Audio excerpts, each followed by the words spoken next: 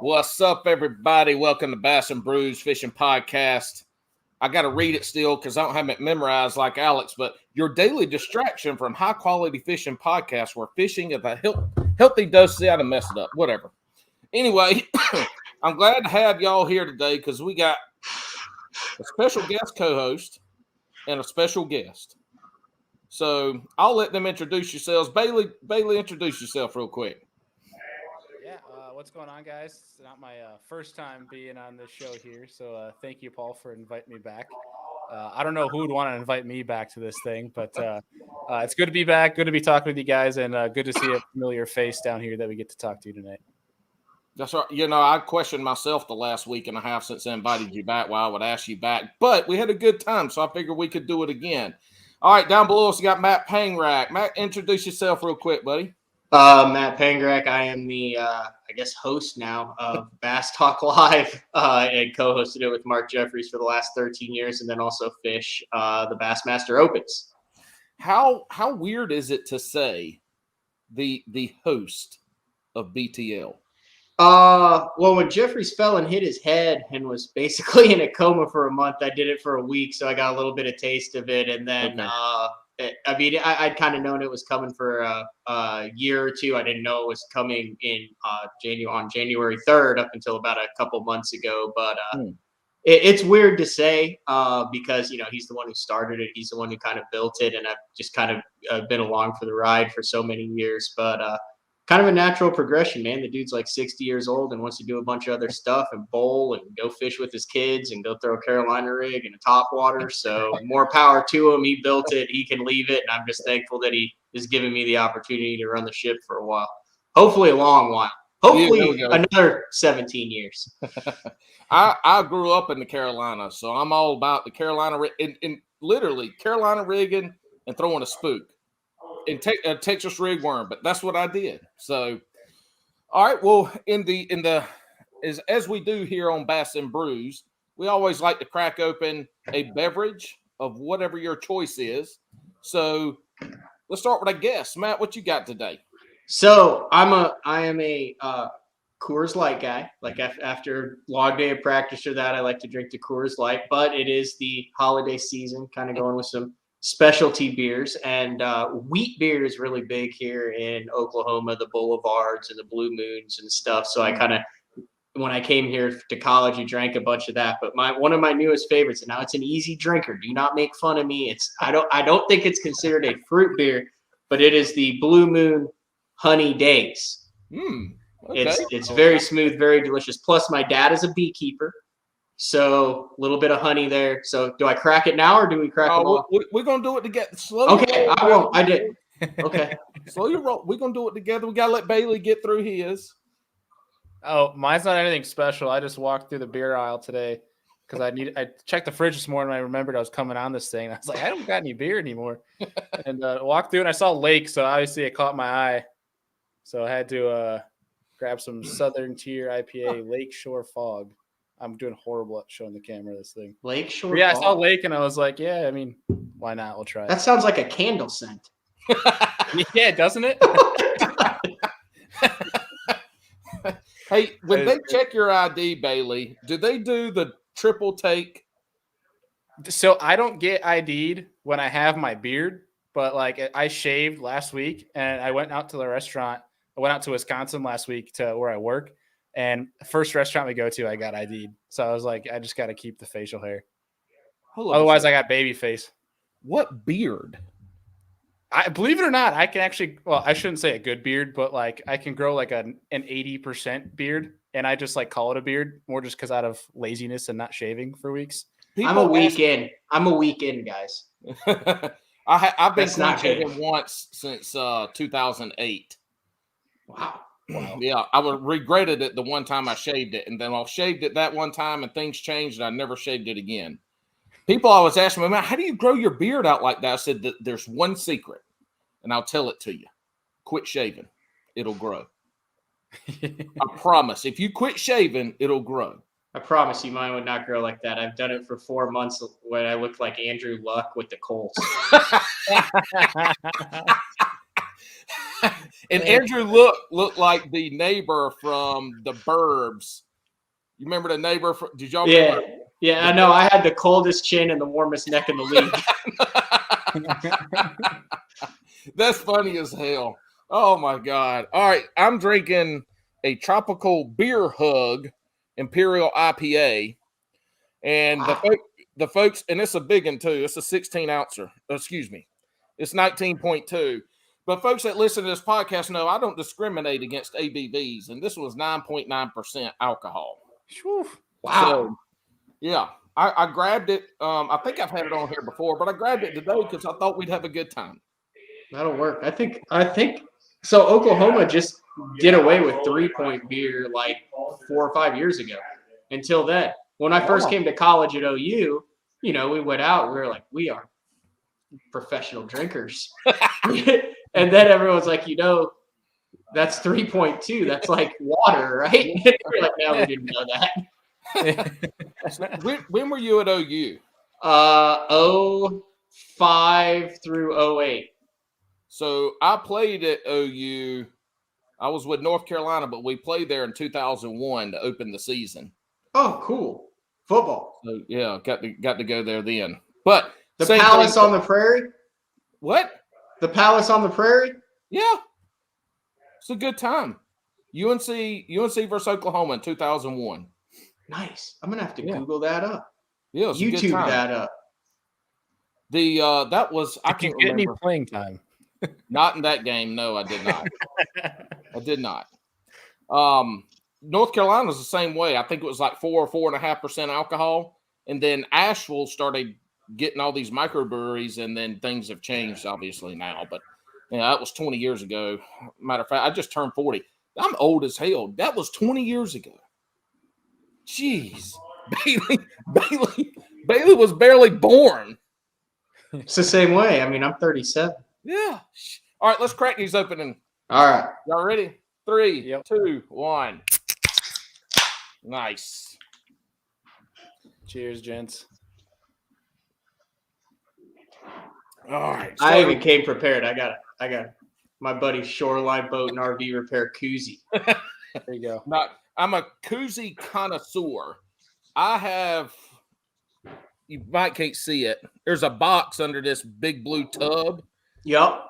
And it's got about 250 koozies in it. Nice. And I collect them too. Yeah, there's quite a few in there from people's weddings. I have no idea who they are.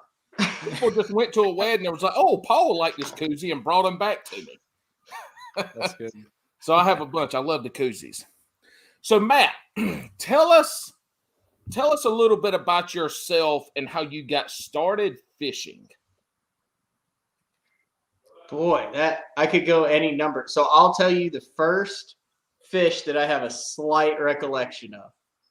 So I was probably 5 or 6, and our basement used to flood at home.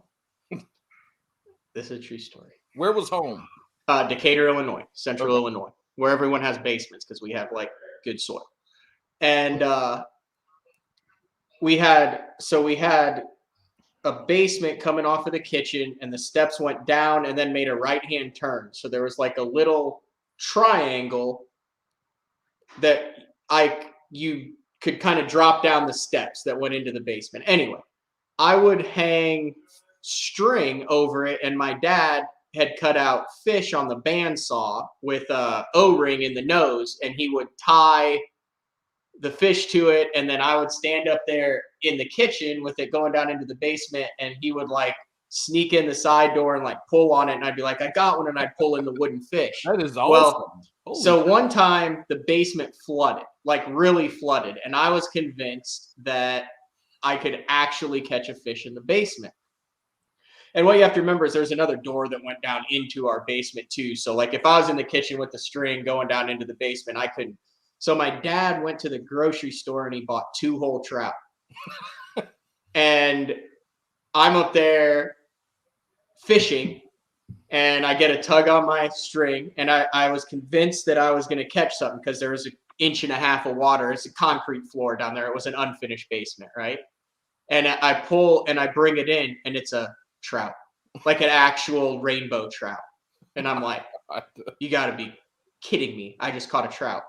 So I show my dad and stuff. And he's like, well, we can cook it. Because, I mean, he had just bought it from the grocery store, right? And then I catch another trout like 30 minutes later.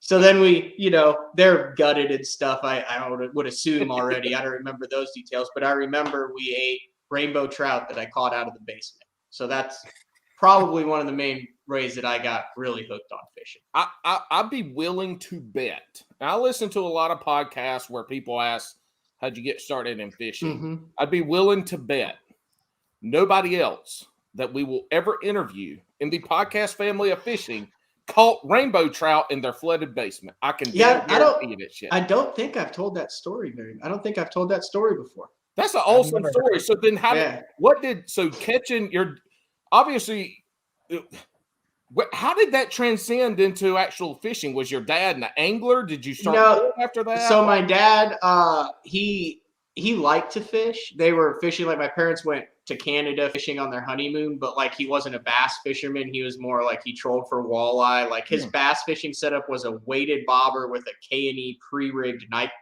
plastic worm on it with the 3 little gold Aberdeen hooks. Oh yeah. Cast it out on a spinning rod and just slowly reel it in. So he didn't have any of that stuff, but he liked fishing outdoors, took me fishing all the time. And then when I was 13 or 12, I went to the Decatur Fishing Expo and I did the Casting Kids contest there that Bass sponsored at the time. And I got 3rd. I made it to the state. I didn't even know it was a contest. You just cast towards a bullseye, but they were like, hey, you did really well. You get to go to the state. And then I kind of learned about it and I realized you could win $5,000 in college scholarships and you could go to the Bassmaster Classic, and they took it. So I practiced like an hour a day the whole next year, went to the Holiday Inn down the street, asked them if I could practice in their atrium, got the Zebco 33s, the exact power bait, jig and a 1/2 ounce, marked it out 10, 20, 30 foot and practiced. And then I won the national championship the next year. I got to go to the Bassmaster Classic, the one that Denny Brower won. Hank Parker gave me a big $5,000 check. And I knew from that day on when I was 13 that I wanted to be in the fishing industry and fish the rest of my life. So that's actually how I got hooked. And then through that, the Assumption Bass Club in Central Illinois, even though I wasn't 16, said, hey, you want to fish with our club? Well, I never fished a tournament at that. And I fished one youth tournament because of the Casting Kids with a guy named Bob Evans, who, I don't know if you've heard of the restaurant Bob Evans, was actually sponsored by Bob Evans and had made the Red Man All-American like back in the 80s. So anyway, I fished with him. We got 5th. I was hooked. I joined the Assumption Bass Club. I fished with them till I was 18 years old as a co-angler. Went and played junior hockey for a couple years in Iowa and Cincinnati. Went to play club hockey at OU. Got a Facebook message from Chip Forche, a guy who fished the Elite Series eventually for a year. He's like, hey, I saw on Facebook you like to fish. I'm starting a fishing team at OU. Joined it, was a communications major. Mark Jeffries ran the Bass Zone. He didn't like to pay people for work, so he wanted to get an intern from University of Oklahoma. I interned for him. Pete Robbins, who now works at Bass, had something where he couldn't do some articles. He said, hey, you're a writer. Do you want to write these? I said, sure. And he said, once you graduate, you can go full time with me. So I started my own independent company, 71 Media, in 2008, the year that I graduated. The rest is kind of history. So there's a brief synopsis of 6 through adulthood. Yeah. Is your $5,000 check still on your fishing resume? No, but I have the jumbo check at my house in my room. My still room, like that. My dad's he collects antique soldering irons. Like you can't make that up. So he's got thousands of antique soldering irons cataloged, and then he has all of the like details of it and but in the corner, I still have all my fishing stuff, and one of them is that big giant check that says $5,000 on it. So you gotta keep that thing. I interrupt you, Bailey. What'd you say? Oh, I was just saying, yeah, you got to keep that thing. Oh yeah, no, it's not going anywhere. I close on a house on the 13th of January. It'll be up in the garage on the wall there. Nice. Thank you. Your dad is an interesting fella because I'm country, if you can't tell from the accent. And I don't collect soldering irons, but that's antique soldering irons, not just any soldering iron. That shit's cool as hell to me. Like, I like old shit. I used to have a 30 by 50 shop, and I would go to estate sales, and I have my little local antique shops. That's what he does. Yeah, because I like old shit. I like old cast iron. I like old shit. He also collects antique hay hooks. Oh, cool. And has never farmed a day in his life or picked up a bale of hay. But we have 40 antique hay hooks. I'm also a beekeeper. Oh, really? Yeah. So you referenced it as sometime here in the last few episodes. You said your dad was beekeeper. I'm like, I said it right at the beginning. That's why I'm drinking the honey days. Yeah, I'm an accidental beekeeper. I had a neighbor that had bees. We used to sit out back and drink whiskey and just watch his bees. And he gave me some bee boxes, and I moved them up to North Carolina when we moved back. And one day I walk out my backyard, and I swear to God, there's a damn bee swarm. They're swarming. Oh, they swarmed. Yeah, something had happened with the queen. Whatever. They landed on a branch. And I'm like, holy shit. So there's on my Instagram, you can go back one of the earlier posts. I'm out there in shorts and a t-shirt and barefoot, clipping them off and putting them in there. But now I got 2 hives. That was a year and a half ago. Now I got 2 hives. But yeah, your dad's an interesting fella. Yeah, he's had them swarm a couple times where they all, like, the queen leaves and then they have no reason to stay there, or the queen dies or something, or they outgrow it and they all just decide to leave. He's got, I think, 5 hives right now. Yeah, mine swarmed a lot last year. And anyway, I got an apiary I give them to, but I was able to. I've still got the high. I don't do much. I literally will go out there and drink and watch them. Watch. My wife's like, "What are you doing?" So I'm just watching the. They're really cool. Like, I mean, they are incredibly complex creatures. Yeah, they can be little assholes too. Yeah. Yeah, no, I can't do that. I'm allergic. Are you really? Yeah. Oh yeah. The crazy thing is, you can get like 5 feet from these, and as long as you don't get in their flight path where you see them, like, they're docile. So he's like, okay, like 2, the box, like 2, he's like, stay away from them. But like all these are like mellow. So they have like different personalities. Oh yeah. And based on like where you order them and like what type they are and stuff. Oh yeah. Yeah, I got one hive that every time I go in them, they're just stingers all over the place. And I got another one, they hardly even buzz. They're crazy and weird. Yeah. All right. If I don't bring this shit back down, we're going to be talking about bees, because I talk about bees as much as I talk about fishing. And ain't nobody here to listen to me talk about bees, even though I got my tie-dye shirt on tonight. But, all right. So, golly, you went through your story. I can't remember what I was going to say on one of the questions I asked. But did you fish in those high school years when you're doing that? Were you actually fishing, or were you just practicing? I mean, no, I fished a lot. So I'd fish all the club tournaments and stuff for the Assumption Bass Club. And then I didn't fish a lot of tournaments when I played junior hockey, because that's a pretty demanding. That's like, Bailey knows how that is. That's like probably 30, 35 hours a week. You're gone on the weekends. But when I lived in Iowa, we lived in the Quad Cities, and it was right next to, I think, pool 13 or 14 or something. And the arena was, and we had an 8 p.m. curfew because we practiced at like 7 in the morning.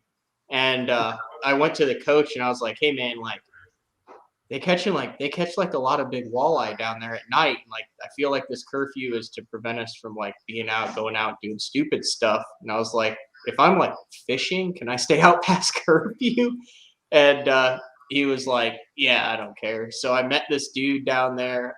It's kind of a sad story. I haven't even thought about this in years. I was down there. It's like kind of a sketchy area. And this dude walked up, and I'm fishing, and he's like, hey man. And I ended up fishing with this one guy like every single night for like 7 months. And his son had like died in a car crash the previous year. and he didn't know what to do, and he was like by himself. So he went fishing because they always went and fished down there, and his son had been my exact age. So he like took me under his wing, and like all the people that would like normally rob me, like he'd been down there for years, and he's like, he's with me, we're good. So I would go down there and we throw glow grubs for walleye. They make these nets, so it's like above the lock and dam, right? So you're like casting, so you hook these things, and then it's like 12 foot down to the water. So they have these bicycle tires, rims. They take the rim from a bicycle and then they stitch a net around it and then make a tripod with a rope. So you'd hook one and you'd be like net, and they would lower the rope down. You'd swim the walleye into it, and then they pull it back up. Yeah. Look, that's redneck shit right there. That's some redneck ingenuity. I don't care where you are in the country. That shit right there is redneck. Yeah. I mean, I wouldn't imagine, like, you get too many 8 to 10 pound walleyes thrashing around down there, you're going to figure out some way to get them up pretty quick. Oh, yeah. So walleye fishing, on a side note, have you ever heard of Buck Perry spoon plugging? Yeah, he's like the father of the spoon plugging, and didn't he do a bunch of smallmouth stuff on, like, is that him on Dale Hollow and stuff? Or well, I don't know specific lakes, but he's the father of offshore fishing. Like, he was doing this in the 50s and 60s with nothing. And I can get off on a tangent there, but what you talked about walleye fishing. That was kind of one of his big areas where folks knew who he was. But he was from North Carolina. Yeah. And did it. It's just amazing. The dude spent like 35 years, and he fished 300 days a year for 35 years. It was crazy what he did on the water and what he learned. Yeah, I pulled it up. I was wrong about the smallmouth stuff, but he caught smallmouth. I mean, if you look at his stuff, he has like mass. That's like the kind of Bible of offshore fishing early in the days, wasn't it? Yeah. It's so I like it. It's a good reference point to fish behavior and how they relate to structure. Yeah. Now, he speaks in absolutes, which we know some things are different now with technology, but just as a good starting point, a good way to imagine where fish could be. Like his stuff was anecdotal to a point. It was scientific because he fished. He was doing it.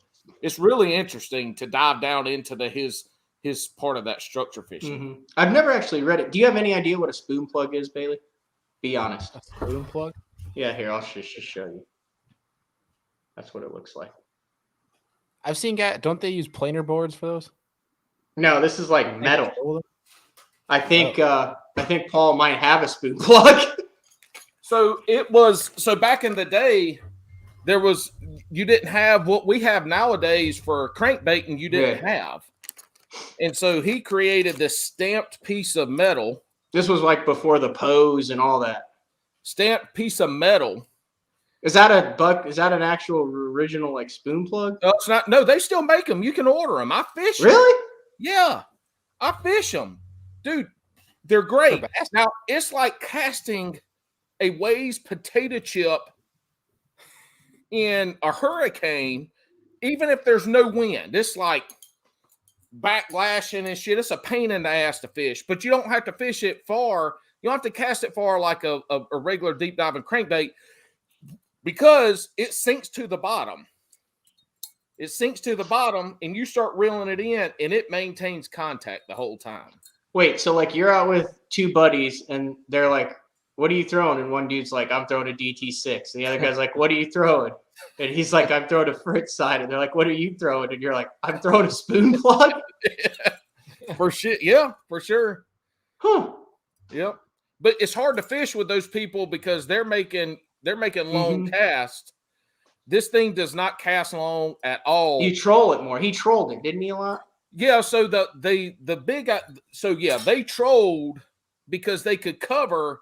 So they used just a sounder, and they found the break points, and they throw buoys out, and so they trolled so they could cover the whole point. Okay. And if they caught a fish, they would stop and cast.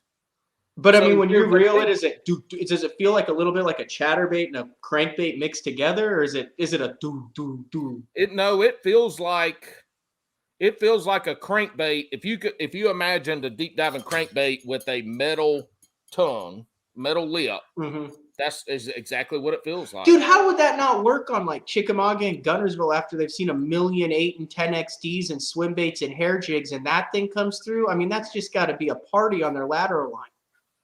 I mean, what rod setup, like rod reel setup, are you throwing with that?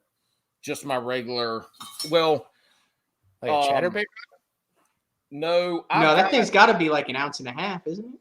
I can't remember. I can't remember all the sizes and shit. This is a really big one. This is like fishing really deep. I've got it's the Cashin crankbait rod. Okay, so you use a softer rod on it. Yeah, it's not as soft as I've got a Carolina Honey Rig castaway rod, that's my main crankbait, but that's super soft. They thump it pretty good. Like, I mean, do they get it when they get it? Oh, I mean, it's a deep diving crankbait, man. Huh. You're reeling it. But you're hung. I mean, you have me intrigued. Yeah, I gotta try this thing. It's I mean, it's a little, it's got some spoon elements. It's got some crankbait elements. See, what I'm intrigued. I mean, do they make smaller ones, Paul? Yeah. They have to. So go to I can't remember the name of the website. I'm thinking of like 40 foot on Lake Erie for smallmouth.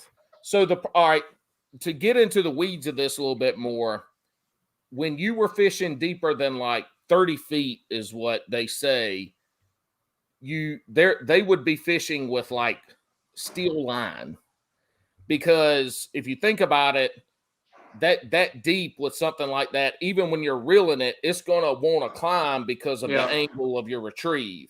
Right. So that 25 to 30 foot range was about as deep as you could do it without controlling with a sinking line. Yeah, without a steel line, and it's crazy, man. It's a whole different ball game. But generally speaking, I can take this in 20 or 25 foot of water and throw it out there and fish it like I would a DD22.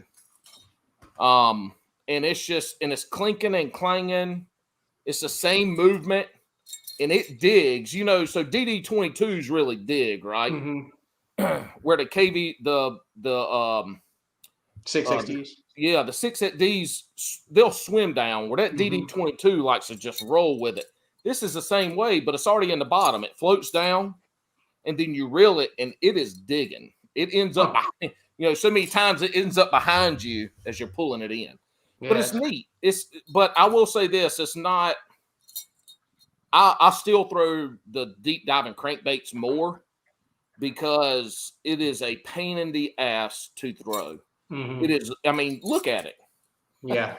It's when people talk about throwing crankbaits and it's like a potato chip, that ain't nothing like this, because this is a potato chip.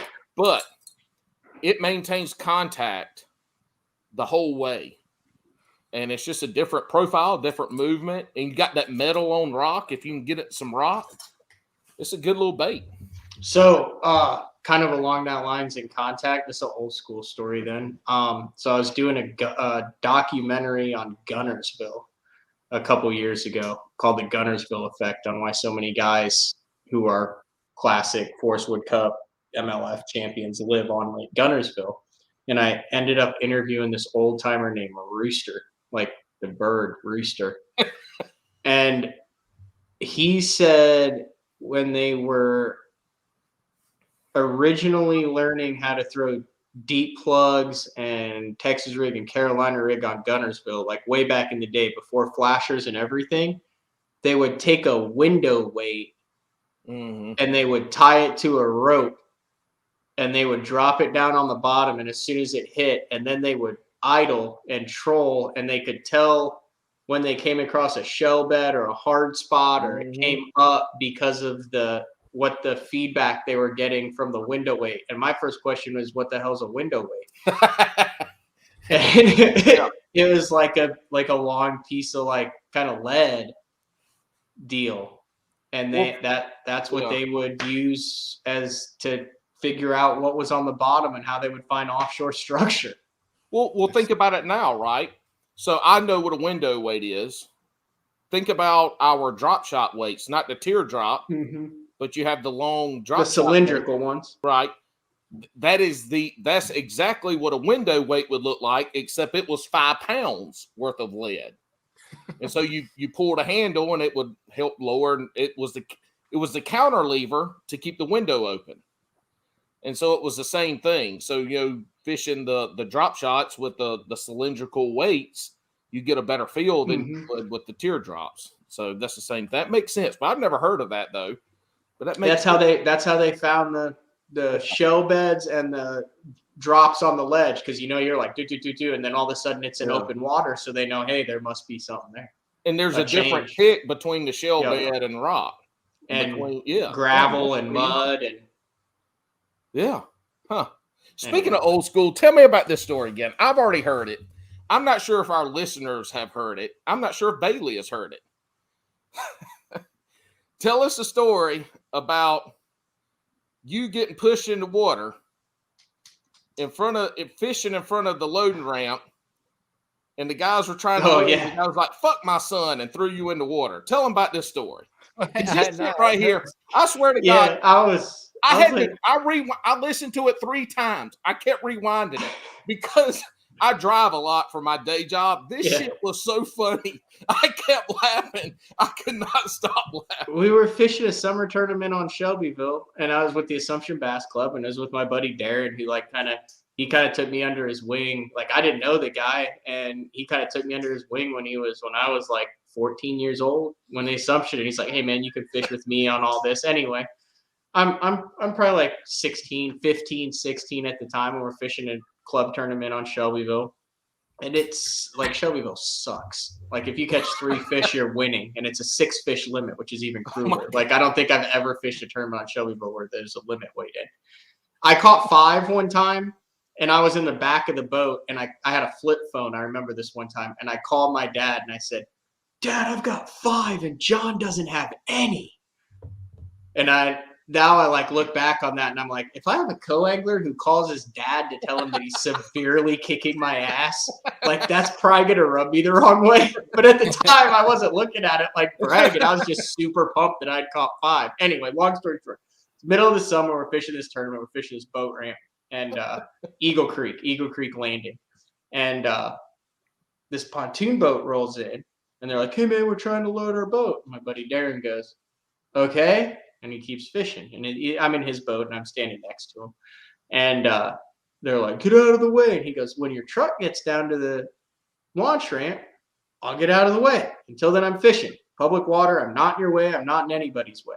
And they kept, rah, and he kept not saying anything. And then they said one more thing, and he said, when your effing truck gets down to the launch ramp, I'll back out of the way so you can load. And they said, oh, real nice way to talk in front of your son. And he looks at me and he goes, F my son, and just pushes me right off the boat. And I just right in the water. And like, I just remember coming up, and he said, you would not have believed the looks on their faces. And I just like handed him my rod and crawled back in the boat.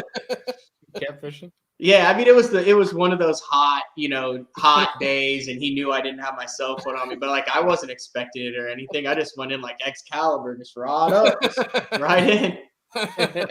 We're talking 12, 15 boat club tournament, so no big deal. This day and age, he'd have been arrested and put in jail for 20 years for kicking. Yeah, but it was fun. We still talk about it. I'll go back and hang out with him over Christmas break and stuff. He's a plumber. He still fishes with the Assumption Bass Club. He's like the president of it now, I think. So.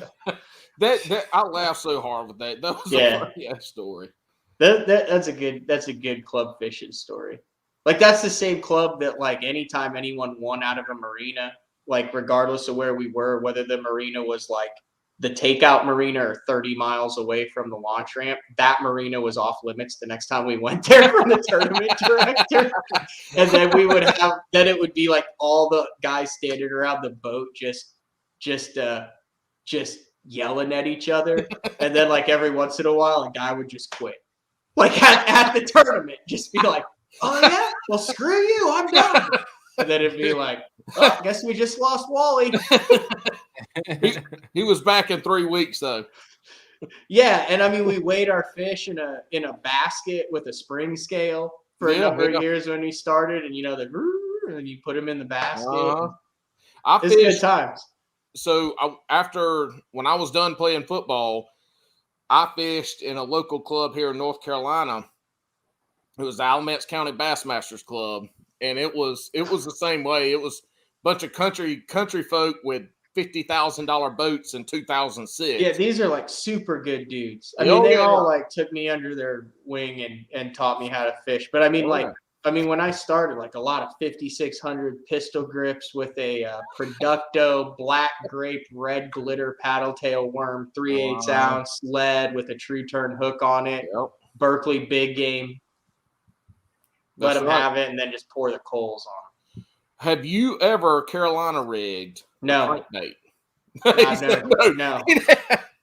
Bailey, have you ever Carolina rigged a crankbait? No, I've never done that, but I learned some Carolina rig juice from Matty Wong, the new Elite Series rookie. Oh yes, some Hawaiian. Really? Yes, that was a good episode. I mean, I guess so. Do you count trolling a 10XD in 40 foot of water on Lake Texoma for striper with an egg sinker in front of it? Carolina. I mean, it's a Carolina rig with a crankbait, but I literally was just using it to get it deeper. I mean, the day I throw a Carolina rig is the day I stop bass fishing. Whoa, it's okay, man. Sometimes you got to do the shit that we don't want to have to do to catch the fish that we got to catch. I just think there's 8 new techniques that are more productive than a Carolina rig that would get the same bites. Agreed. Yeah, I can't. I agree. So I could see it. Let me say this. I could see it maybe lighter and a little bit of emergent vegetation or something where you have a little bit of current potentially. I don't know. No, I don't. I'm trying to justify it. There is no. I'll tell you this. After fishing Carolina rigs and grass growing up and then learning the drop shot, a Carolina rig in the grass is a pain in the ass. A drop shot is 10 times more effective. The hookup ratio is bigger. Yeah. You're targeting. It's. And then if you're on rock, why aren't you throwing a biffle head? No. Matt, have you? I will still throw that. I will still throw a Carolina rig with a crankbait every now and again if I feel like there's fish there, usually around brush piles, that I can drag it around that brush pile and sink it down and peg the weight so it doesn't sink up, but peg the weight. I'll throw it down there and just slowly reel that crankbait. I mean, it's not hitting anything, but it's up off the ground. I mean, it's not anything I don't like doing it because you got to have a long ass leader and that's got to throw about as good as your spoon plug. It won't. Yes, and I fish out of a kayak, so that's it. Yeah. So I mean, it's just it doesn't. I can't get a running start from the back of the boat and run to the front and throw it. It just doesn't work like that. Yeah. So on this podcast we talk to tournament anglers, kayak anglers, boat anglers, content creators. You were all of those except for kayak angling, but you were all of those. And Bailey is a kayak angler, but y'all both are content creators. I mean, podcast videos, you're both really, really, really good at that. And the content you put out is great. I mean, obviously with BTL it's the creme de creme, it's the top of the market for the podcasting side, but your video's good. And Bailey, what they do with Sierra Angler and what they would do with their YouTube channel, y'all are hitting that content creation side really, really good.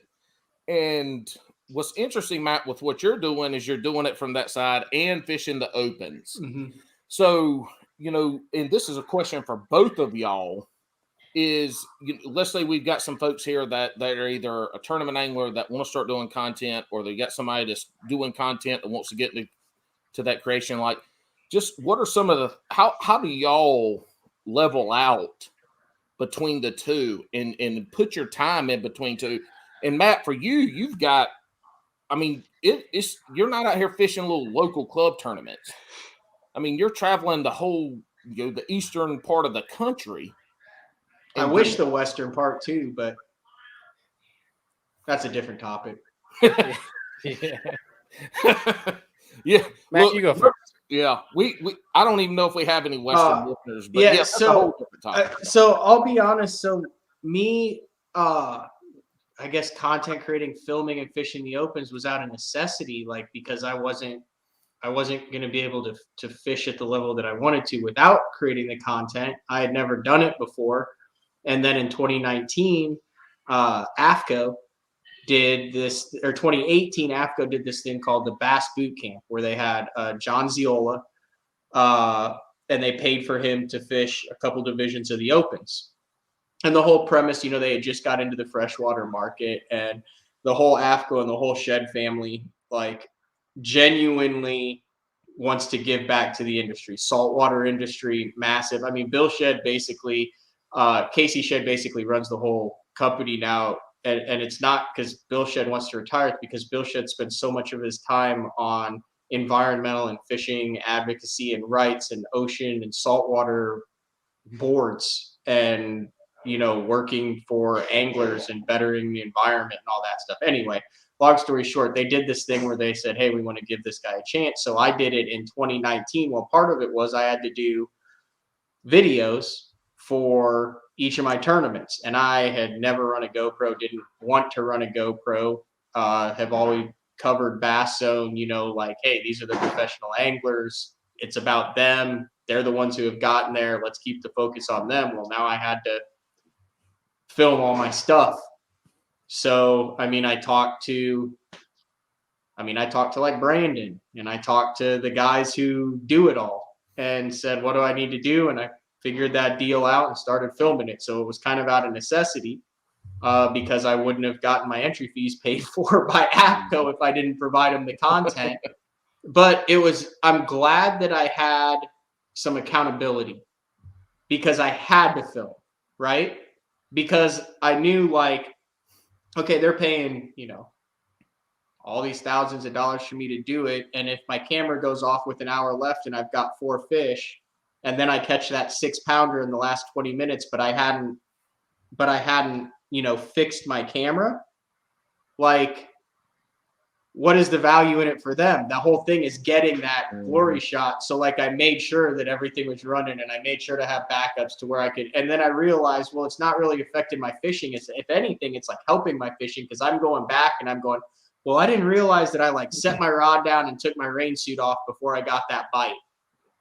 And if I'm looking at that the first day, now I'm reeling, dude, I need to slow down and let that Ned rig sit down there longer and stuff. So then I carried that into 2020, and then carried it into 2021 too, and just incorporated it through the Bass Zone. And my stuff doesn't get like a ton of views at all. It'll get, in a year, it'll get 3,000 to 10,000 views on all my videos. Nothing compared to Scott Martin or Brandon or any of these guys, but there's a core group of guys that really like it, and it kind of generates some interest, and it works well in combination with BTL talking about the opens and being able to go back and kind of watch some of that footage. And it just seems like it's always a cluster with me. Like, I always end up in, like, just stupid situations. Like, I put myself in bad situations, and then I get, like, animated. So, like, I don't mess with it during the day. Like, I just put it on. I have a 8-hour deal in there, and I turn it on, and I'll just, like, hit it after some fish catches, but it just runs continuously. Some days I talk to it a lot, some days I don't. Some days I have to, like, literally, I'm like I want to show a clip, and I'm like, how do I edit this? Because it's just going to be like just because of all the language in it. But I've got hours upon hours of me fishing, and I'm very animated, and I talk to myself anyway, and then I put a camera behind me, so I actually get to talk to somebody, and but I hate the editing part, and I don't know, that's a whole different story. But the thing about the camera is it's not necessarily like catching that 6-pounder to win a tournament is great. Catching that 6-pounder and it getting off at the boat and showing that pain and that emotion at that point in time, like, that's what people want to see. People want to see pain. I don't want to see me land it. I watch me. You don't. Let me just say, I watch me landing fish way more than I watch me losing fish.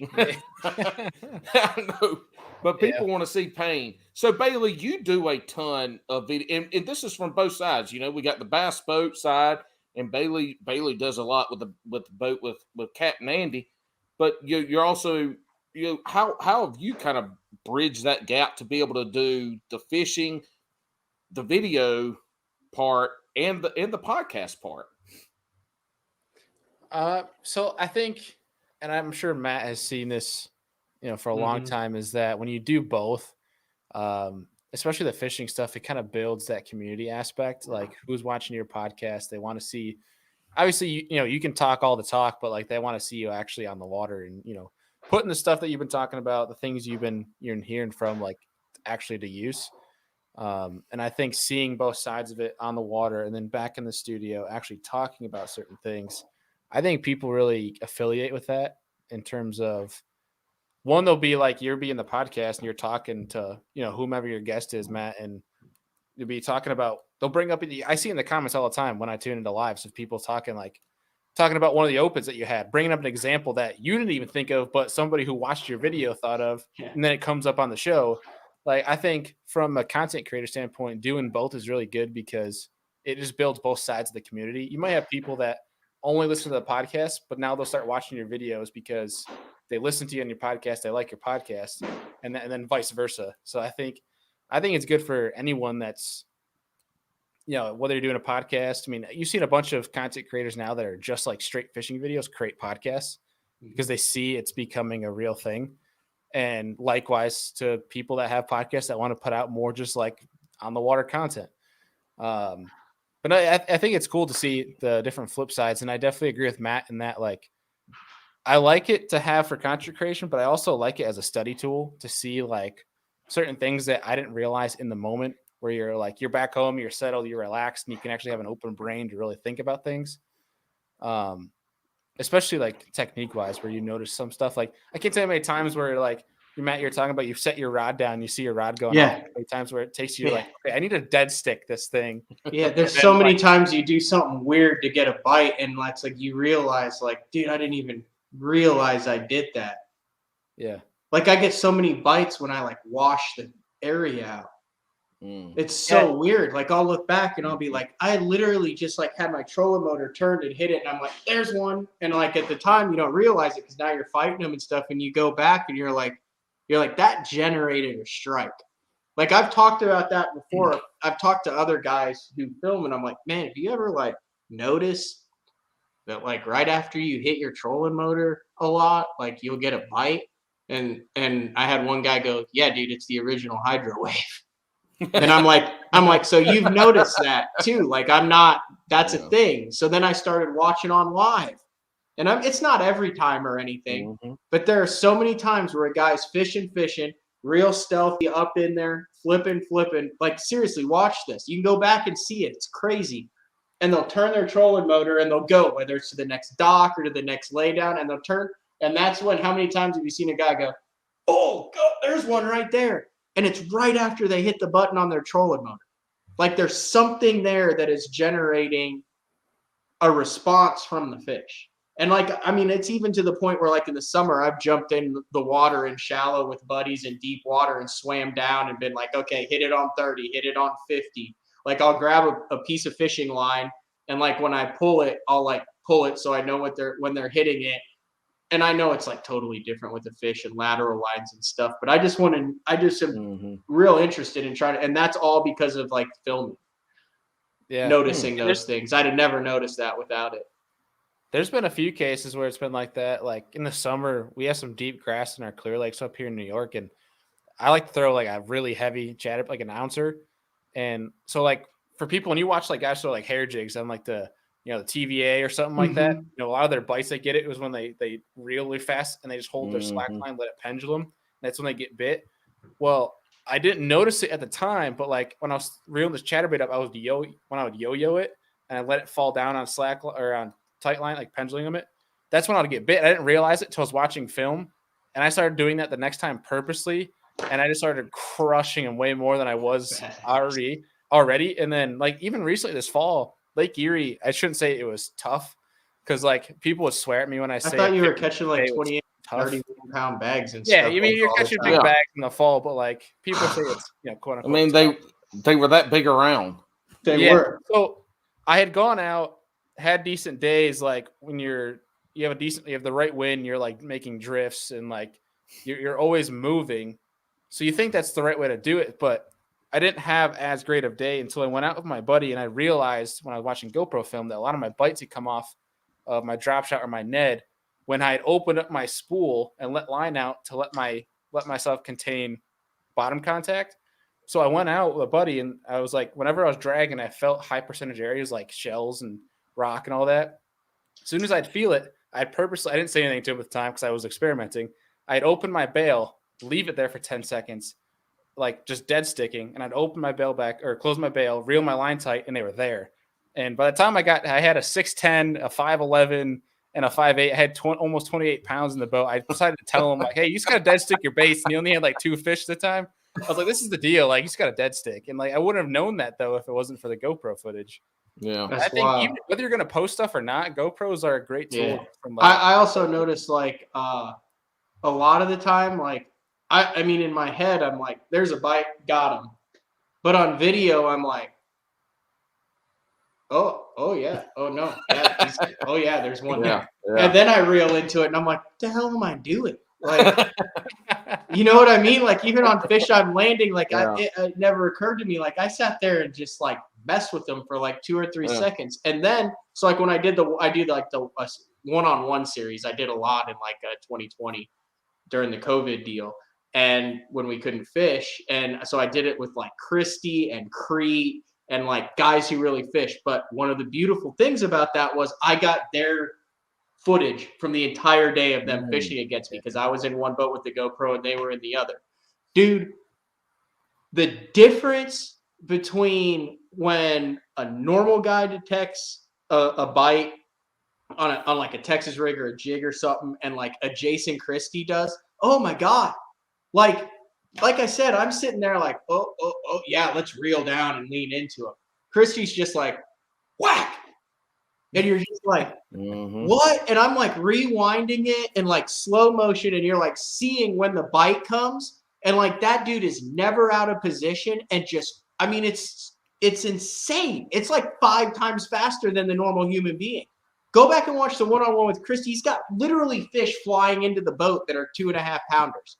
And it's like cold, and he's sitting there. He's just like, boom! It's just out of nowhere, and that's the difference. Hook sets are free. That's But I'm just like, it's just cool to be able to see that. And so this is one of the things that like. Let's take the club level anglers. Oh, if I had the money and the time to fish, I could fish just as good as KVD and blah blah blah. And so I played college football. I played with guys that played in the NFL. What folks do not realize, you might be a great angler in your local club, but then when you get out there with the big boys, it's a whole different. And it's not the skill level of fishing; it's the mental aspect of it. It's the small little things that people don't think about how you walk around the boat, how you set your stuff around. But like, and this is a good example is how somebody like that sets a hook and knows the bite. And maybe they don't jiggle that bait out of that fish's mouth and thought they were hung on a stick or on a piece of grass. I mean, those are the small things. Obviously, we're able to see in video now. Those are the small things that separate the professional angler versus the weekend warrior, the club champion. Like those are some things that come in there.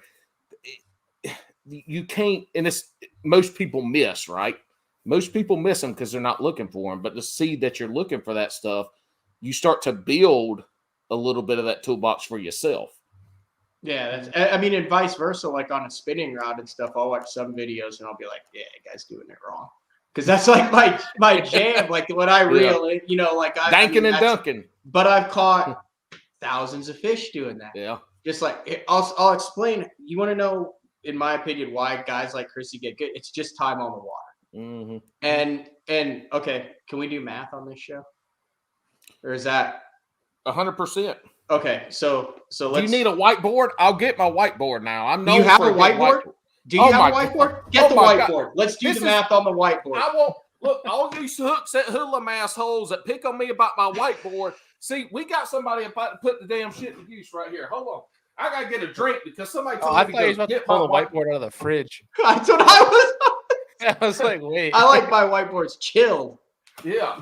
Look, I knew I was gonna have to use it, so I also got my whiteboard cleaner out, which is my car wax. Oh my gosh. I got to use my fishing shirt to clean it off though, because I can't While find he's, the while he's cleaning this, Matt, there's you got to have Matty Wong on the show at some point. No, we will 100%. Yeah. Yeah. He actually Hawaiian reached out and was techniques. like, "Hey, do you want me on BTL?" And I had already planned on having him on, but then once you go through the car wash and do 9 other of the podcasts, I'm like, I always like to let it breathe for a little bit. That's like Dude, I want to get Matt Robertson on the show, but hell, he's on Stray Cast every third day. Yeah. Yeah, true. Yeah, dude, Matty is he was a really cool dude to talk to. But Yeah. the Hawaiian techniques that he unfolded, like, so that Carolina thing rig thing you was talking about, it's like a 15-foot leader, and you're throwing a little fly, like a floating fly on the back of it, and you're swimming it mid column to like upper column, and that was the most interesting thing to me, and which was funny. Horrible. Which is I don't think I'd ever try it because you have to like have this weird like fly roll cast with it. But the way he was describing it, Sounds in like my a good head, way to end up with a fly in the back of your head at the local right? ER. He mentioned he does it. He mentioned he did it, but I was just like, he's like, yeah, it's like a really cool way to fish a Carolina rig. I was just like, Mark Jeffries would purely enjoy this. Yeah. All right. This is why the guys are good. This is why it's us 6. So, okay. Let's say you are a diehard weekend angler. That is, you might miss some of your kids' stuff, but you're gonna fish. What's that? Matt, look, you got to tell me numbers, dude. I ain't writing all this shit down. It won't fit. My whiteboard ain't that big. No, I'm gonna. This is how I get to the numbers. All right. Okay. To justify the numbers. So let's say you live in a part of the country where you don't have an off season, or anybody where you're frozen. Like, yeah, in the Carolinas, you can North fish Carolina all year round. No, So yeah, let's Jordan say- Lake, Jordan Sharon Harris. So let's say that means there's 52 weeks in a year. There are. It is. So let's just say you're fishing 25 of them just to make things easy. That's a lot of fishing if you're a weekend angler. And of those, you're fishing 2 days. That's either practice on a Saturday, tournament on a Sunday, or whatever. 50 days. So you're on the water 50 days a year. That's a lot. Like, think about that now. That's a lot of time on the water. That's every other weekend the entire year. Now you've got holidays, 4th of July, Labor Day, Memorial Day, Christmas, all that stuff. So, like, you're pretty much doing something every week, right? But that's only 50 days a year. Now let's say you do that for 5 years. That's half a decade. So how many days are you on the water then? It's 50 250. for 5 250 days. That's over 5-year period. You're on the water 250 days. A guy like Carl Jacobson, a guy like Brandon Polinick, a guy like Jason Christie, they're on the water 250 days a year for 5 years. What's 250 times 5? Oh, guys, that It's 1250. Yeah. 1250 versus 250. So you start to see how guys get really good with time on the water as far as that, and you develop it. Now, this is something else to take into account. Yep. This is something else to take into account. And this is kind of intangible. But if you're on the water, let's say you've got a kayak tournament on Sunday, on Saturday, what are you going to be doing? You're going to be trying to find fish for that kayak tournament. If it's on a lake you've been to, you're going to go to where you caught them that time before. You're going to fish baits that you kind of know what's up. You're going to try to put something together so you can win. If you're on the water 250 days a year, you have multiple days to experiment, to expand, to learn new things. So you're going through phases of the pre-spawn, the post-spawn, the summer transition, the fall transition, the winter. You're following the bait. You're seeing where the fish are. and you're learning. Like if you go to school 1 day a week, it's hard to get in the groove. You're in college, you go every single day, you're like, you get in a routine, you start to learn. So now you've got guys that are on the water, that are building, that are expanding their knowledge base for days on end. Mm-hmm. And it's taking the normal guy who's really good and dedicated and has everything in tournament fishes 5 years to have the same on the water that those guys have in 1 year. And you're not learning because you're trying to succeed in your tournaments, whereas they're learning more, experimenting, expanding. So now you can see how you get a guy like a Jacob Wheeler or a Brandon Polinick or those guys, and you're like, well, how do they get so good? Are they naturally that talented? Yeah, I believe there is some natural talent. I believe in the hunter-gatherer deal where like some guys are just innately better hunters than other people, right? Like that's goes back through their bloodlines. But you just do some simple math like that and then add some common sense to it. And it's like, okay, that's how these guys got good. Now, I'm not saying you can't do it the other way. I'm just saying it's a lot longer road and harder. Well, when you have that many days too, it gives you the freedom to like, not to get away from the away from the fish 250 days in 5 years. Pros fish 1,200 days in 5 years. Does that make sense though? Yeah, 100%, that gives you the. I mean, you think about that. Yeah, very nice handwriting by the way. That's impressive. Well, thank you. I pride myself on being a Renaissance man. I have a lot of other skills that we won't talk about tonight. Calligraphy? Oh hell! Oh no! I'm colorblind. I can't do anything like that. Well, when you think about like 250 days in 5 years versus 1,200, and you think about how much stuff, and I'm going to start this off because I'm an offshore guy. So this is the first thing I thought of was when you take just 6 hours of graphing and the stuff you find in just 6 hours, and you compare 250 days and add another 1,000, the things that you can cover, the spots that you can find, and then the days that you don't have to worry about practicing that you can experiment with, dude, it is insane just what you can like. I mean, that's an extreme advantage. Like everyone always says, like Matt, like you said, just time on the water, and people use it as this general rule of thumb, and it's almost become a cliche, but it's always going to be that X factor now of Keith Combs lived in a literal 400 square foot box with no TV on Lake Amistad for 6 years and guided 300 plus days a year. You want to know why Keith Combs is good with the Chartreuse Powder Blueback 6XD? Because of that. Oh yeah. And that goes back to what we were talking about earlier with the spoon plugging. Was like that's there's a lot of anecdotal evidence and what you get from that, but it's experience. The anecdotal side is what we tell other people. The experience is what we know that we can't necessarily articulate, and that's why somebody like Buck Perry that fished 325 days a year, where he was able to put it into a book and lessons on fish behavior. Who cares about the trolling and the lures that he used? That's not the point. The point that I like about that, and I think what the professional anglers get into is they start to understand the movements of fish, where fish are supposed to be, but if they aren't here, then they're here. And if they aren't here, then they're here. Like that's where the weekend warrior doesn't ever get. Like if they ain't on the bank, and they ain't in 10 foot of water on this point, the fish ain't biting today. But then the pros out there fishing in 25 foot of water on the same point, catching 3 and 4 pounders. So that time on the water and that experience starts to you start to realize where they're supposed to be. And if they aren't there, well, then they're here. That's like what time on the water does is like things that you take for granted that you're given, you're starting further ahead.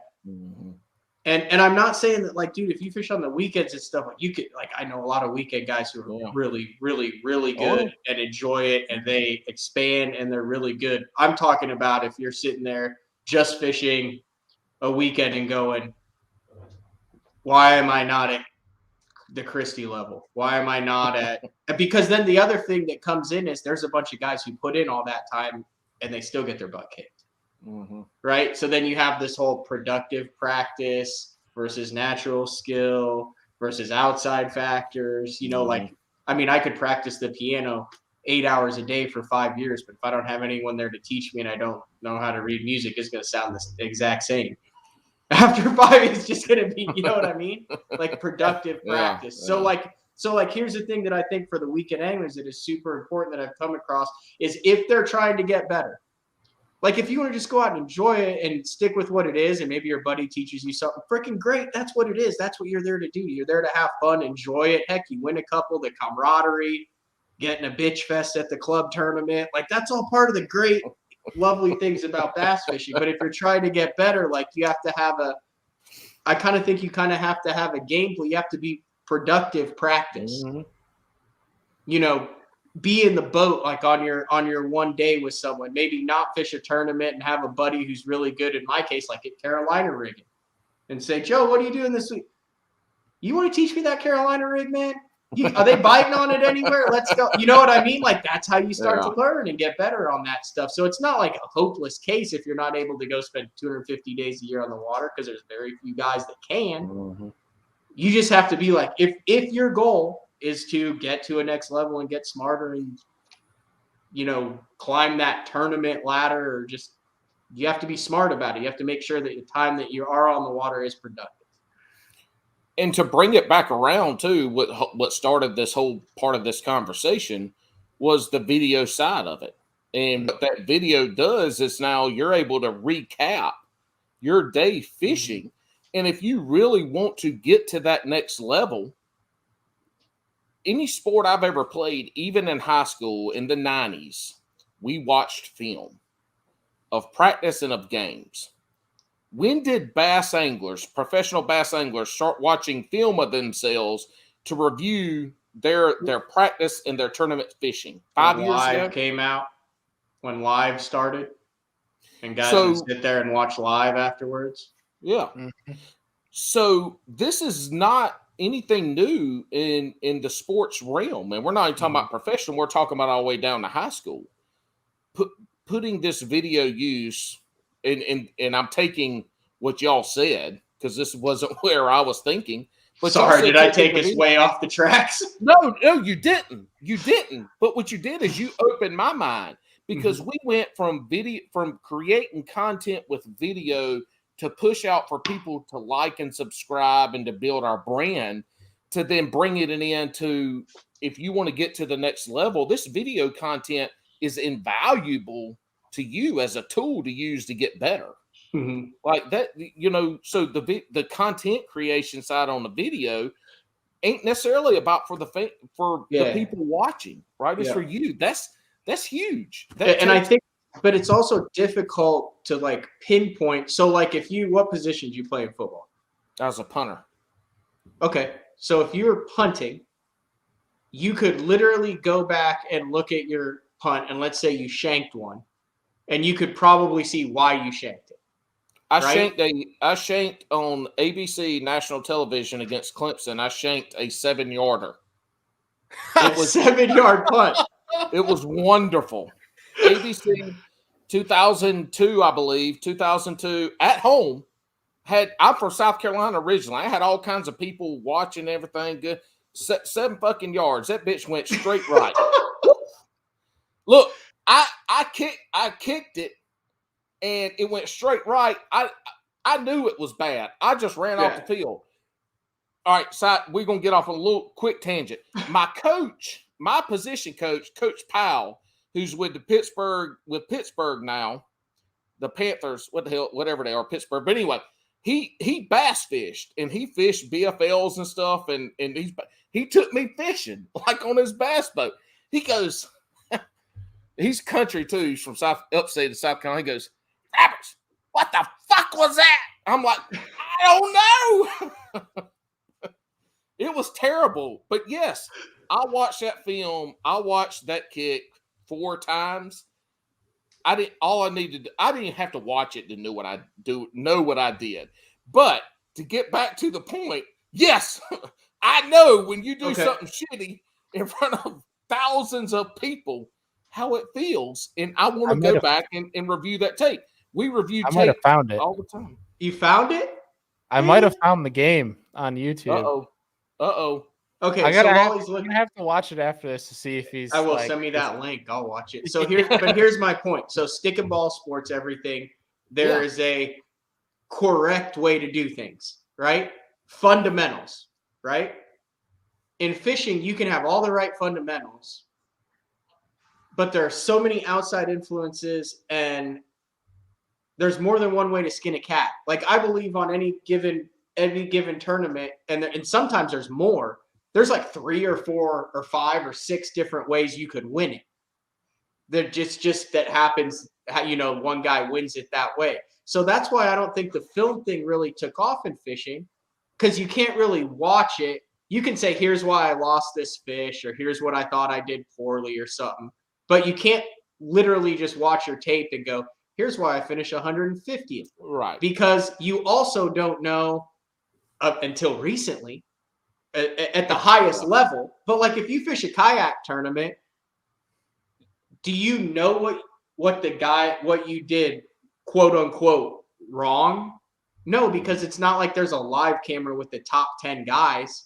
You know what I mean? To where you can go back and say, oh, that guy was targeting stumps on flats that had skull rock on it while I was targeting bluffs. Like, you don't know that. So it's really hard in fishing to analyze tape outside of your mechanics, because it doesn't show what your good and bad decisions were and what the right thing to do. It's not like a stick and ball sport where you can say, well, if you had better edges, or, whatever, if, your ball went through your legs because of bad mechanics on that stuff. That's why I think it's harder for the fishing. Plus it's a sport that takes place over 8 to 10 hours over the day. And it's a 40-hour deal. It's like really hard to go back and review all that. Well, think about all the unknowns in fishing, and we'll compare it to golf because it's an outdoor sport. Yep. How many unknowns are there in golf? They can see the weather. They can see the traps. They can see the rough. Most of the time we're fishing, we can't see the fish. I mean, electronically we can, but look at all the unknowns. I mean, there's so many unknowns, so many unseens in fishing that makes it such a difficult sport. Yep. That when we try to relate it to golf or any other sport, there's not a lot of unknowns there. Yeah, sure, somebody maybe feels bad or is hungover and they're not playing good, but in general, there's a lot more unknowns that we have to work through in the fishing sense that you don't have to in other sports. And I think that's one thing that makes it kind of boring from a spectator side, is that, there's a lot more going on, as you as the angler knows, that a spectator wasn't. But to the point is, it makes it so much harder to learn, because even us, the people catching the fish, are still trying to conceptualize what's going on, and we're just guessing a lot of times. Yeah, a lot of times I'm like, that was lucky. Where did that one come from? Yeah, I mean, you got 4 face of sonar and you catch a fish, you're like, I never saw it. Where'd that fish come from? I mean, so even with the technology we have, it's still a difficult sport to put everything together. Nothing ever fits in the bag ever. Very rarely. It's frustrating, but it's exciting, right? That's what makes it worth it for the 3 times a year when it comes together for you. Yeah, for sure. On the content creation thing, I will say something that I've noticed since I started running a GoPro, especially for tournaments, is when you try to make an effort to, and this is just for me, but when you make an effort to make a good tournament video, so you're talking through your tournament day, whatever, I have noticed that if I can just have a GoPro running all day long and I'm talking my way through it, I'm more or less not really talking to the camera, but more talking to myself through the process, And it almost helps me evaluate what I'm doing, talking through my day, making sure I'm thinking clearly and making and it might not be the best decision, but it makes me think through my decisions a little bit better than, like, I don't know. I just noticed that I started doing that once I got the GoPro. Dude, you're dead nuts on. Yeah. Mm-hmm. Like, because if you have to sit down and explain why you're about to run 35 miles up the river when you have one fish, and you're sitting there and you're like, really don't have a good reason why. You know what I mean? If you don't have that, if you or whatever it is on a kayak, make a 3-mile paddle to some other deal or whatever. You know how it is. But if you don't have that accountability, you're just mad. You slam the trolling motor down. You're like, screw it, I'm running up the river. And then you get up there and you're like, I don't even know what to fish up here. I've never even been here. Yeah. So that's interesting too. That brought up a thought in my mind, Matt. When you have a co-angler and you're running your video, are you talking to the video? Like, does that change how you interact with their video? Most of my stuff is just a stream of consciousness. Okay. Like I talk a lot during the day. Like I just bounce stuff off. I'm sure like the guys are like, why the hell is he asking me that? Like, all the time, but I'm not like, you know what I mean? I'm just like you're talking to yourself like, why the hell did you just throw that there? No, more so on decision wise. Okay. Like, like kind of feels dead, doesn't it? You think it feels dead? Feels dead to me. Does it feel dead to you? What do you think?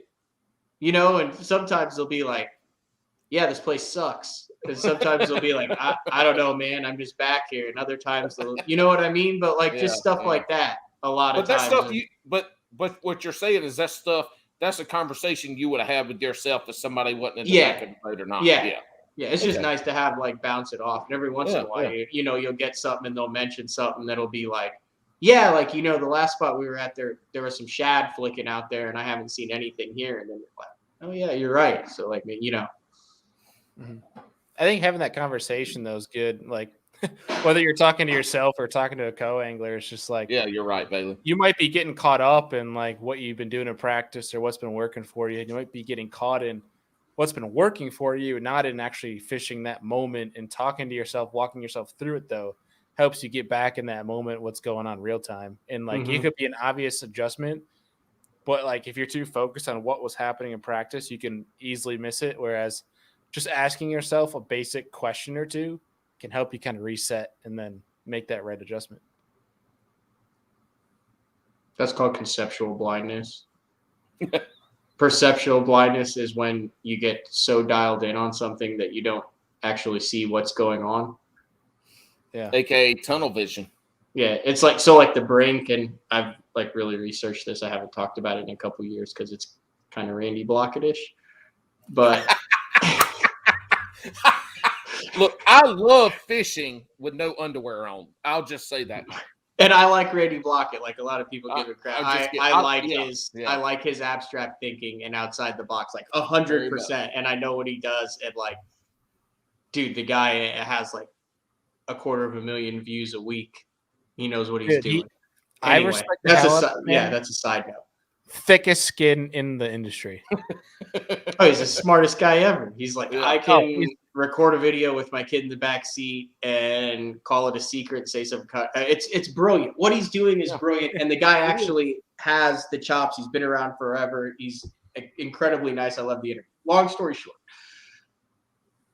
a lot of the times when you have your best practices, why you have your worst tournaments is because you're so dialed in on something, you are actually physically incapable of seeing what is going on because the brain processes what it feels like is important. So if you're telling it that X, Y, and Z is important, it doesn't see A, B, and C because it can process a million different things. So that's why so often in a tournament, when you think you're going to smash and you come in with nothing and you talk to your buddy and he says, well, yeah, you just had to fish laydowns on the main lake. Well, if you're fishing docks in the back of pockets And that's what is important in your brain, and what it thinks is you don't even see the laydowns on the main lake because you're running docks in the back of the pockets. Well, in hindsight, you're going, well, if they're not, and you run it all damn day and you don't catch them. In hindsight, if you have never been on that lake before, what are you going to do? You're going to go, well, they're not in the backs and they're not on the docks. So I'm going to work my way out and I'm going to start fishing, and you're going to end up on laydowns on the main lake. Mm-hmm. But if you're 100% dialed in and focusing on something else, that stuff doesn't exist, because that's how the human brain functions in order to survive and process what it feels is important for survival. But that's also why we have the greatest anglers that have ever fished have such a low winning percentage, is because let me see if I can say this right. Like, fishing is the losingest sport. Yeah, KVD wins less than 12% of the time. Dude. But when you get dialed in on catching a fish, you don't want to leave that, because that's what got you. That's why you're here. And so it's hard to break away from that, because now you get into this thing of like, well, shit, what should I be? Or I guess it's the indecision aspect of, well, this didn't work. What the hell do I do now? Now you're sitting in the middle of the lake, fumbling through your maps or whatever it is. Like, you get into a point of indecision, and now you're wasting time. So that's the hard thing about fishing. I've been catching fish here for 3 days, doing this, wearing them out, and now nothing. Can't even get a bite. So how do you completely change that mindset to go, where do I go? I mean, I guess time on the water, because you've seen it. Yeah. You've been there, you've done it, you understand it. And that's why, what is KVD's motto? It's all about the attitude. What is Ike's motto? Fish the moment. The very top, that's what I said. They make decisions without thinking about it. Mm-hmm. And that's a combination of being really good and spending a lot of time on the water and having seen it and been through all those scenarios. Like, I know the more and more opens I fish and the more bigger tournaments I fish, I mean, there's a lot of times where it comes down to a couple hours and I still need to catch a couple to not suck. And I've told you that, Bailey. I would 100%, like 5 years ago, weighed in 7 or 8 pounds on day 2 at Thousand Islands. And I'm driving across the bay after I left the area that I knew had 3 to 5 pounders in it. And I'm literally 15 miles away from where I just was with 2 hours left. And I'm like, I've seen this play out before. And I'm headed back towards the weigh-in where there's 100 other boats. Then every spot that I'd caught one on, I knew there were going to be boats on it. And I said, it ain't going down like that. Like and the only reason that I knew to turn around and go right back to that spot was, and make a little adjustment, but to go back to that area and not spin out and just randomly be like, oh, I got to make something happen just to settle down, was because of the freaking 10 other tournaments that I'd spun out, and it hadn't worked out in a single one of the dang tournaments. Right? Yeah. So I knew, go back, get in your comfort zone, make a small adjustment. Those fish aren't going to leave that stretch of the river. There's something that you're missing here. Settle down, and getting freaked out doesn't help you at all. You know they're there. Figure out the nuance. And in my case, the nuance was they wanted something on the bottom, and I was fishing a drop shot 2 foot off the bottom, which I took a cue from my co-angler. And the other nuance was, I started looking at my map. I'm like, well, why did I catch 15 here? I mean, I have an hour left, and I'm like, man, there's a contour line that I haven't drifted yet. Why haven't I not drifted that? I'm talking to my co-angler. We've drifted this 50 times a day. Why haven't I drifted that? We should go drift that. You think we should go drift that? You got another one of them heavy net heads? He's like, yeah, yes. And yes. I go 3 3/4, 4.5, or 3.5, 4 3/4, and a 6.6 in the last half hour.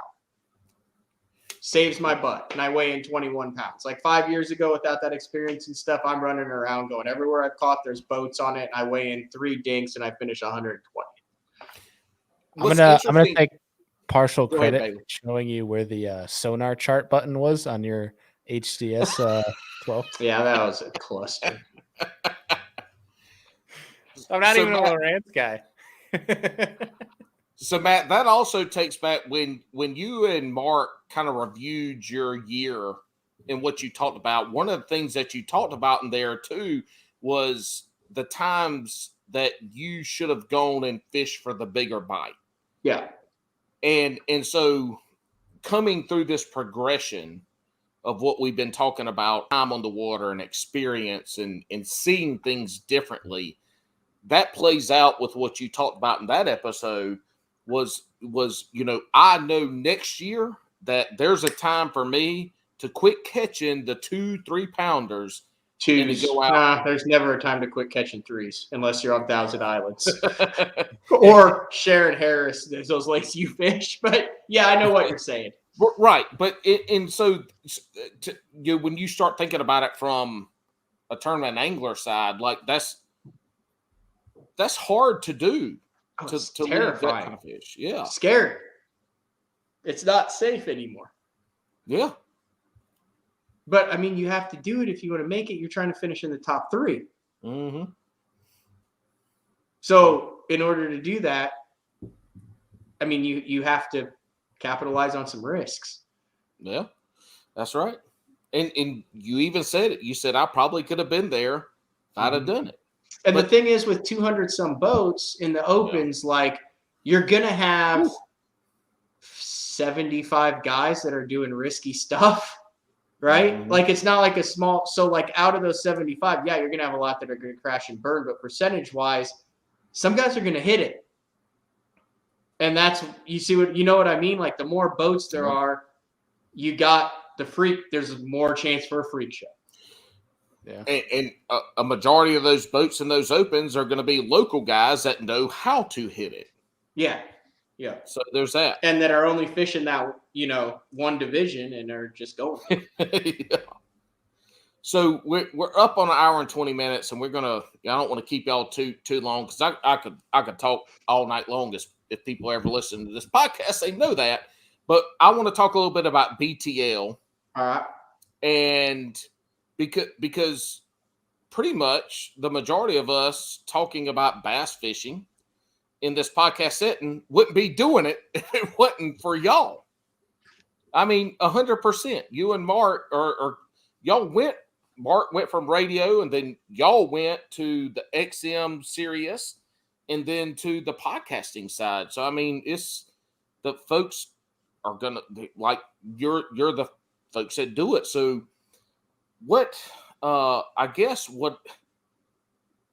How are you feeling about going into the new venture side of BTL with what you're doing? How are you going to have some guest co-hosts? Are you going to have a side? Are you going to get an intern that you make earn his right to come work with you for 3 years to come on? Like, what are you thinking about doing with the podcast side of it?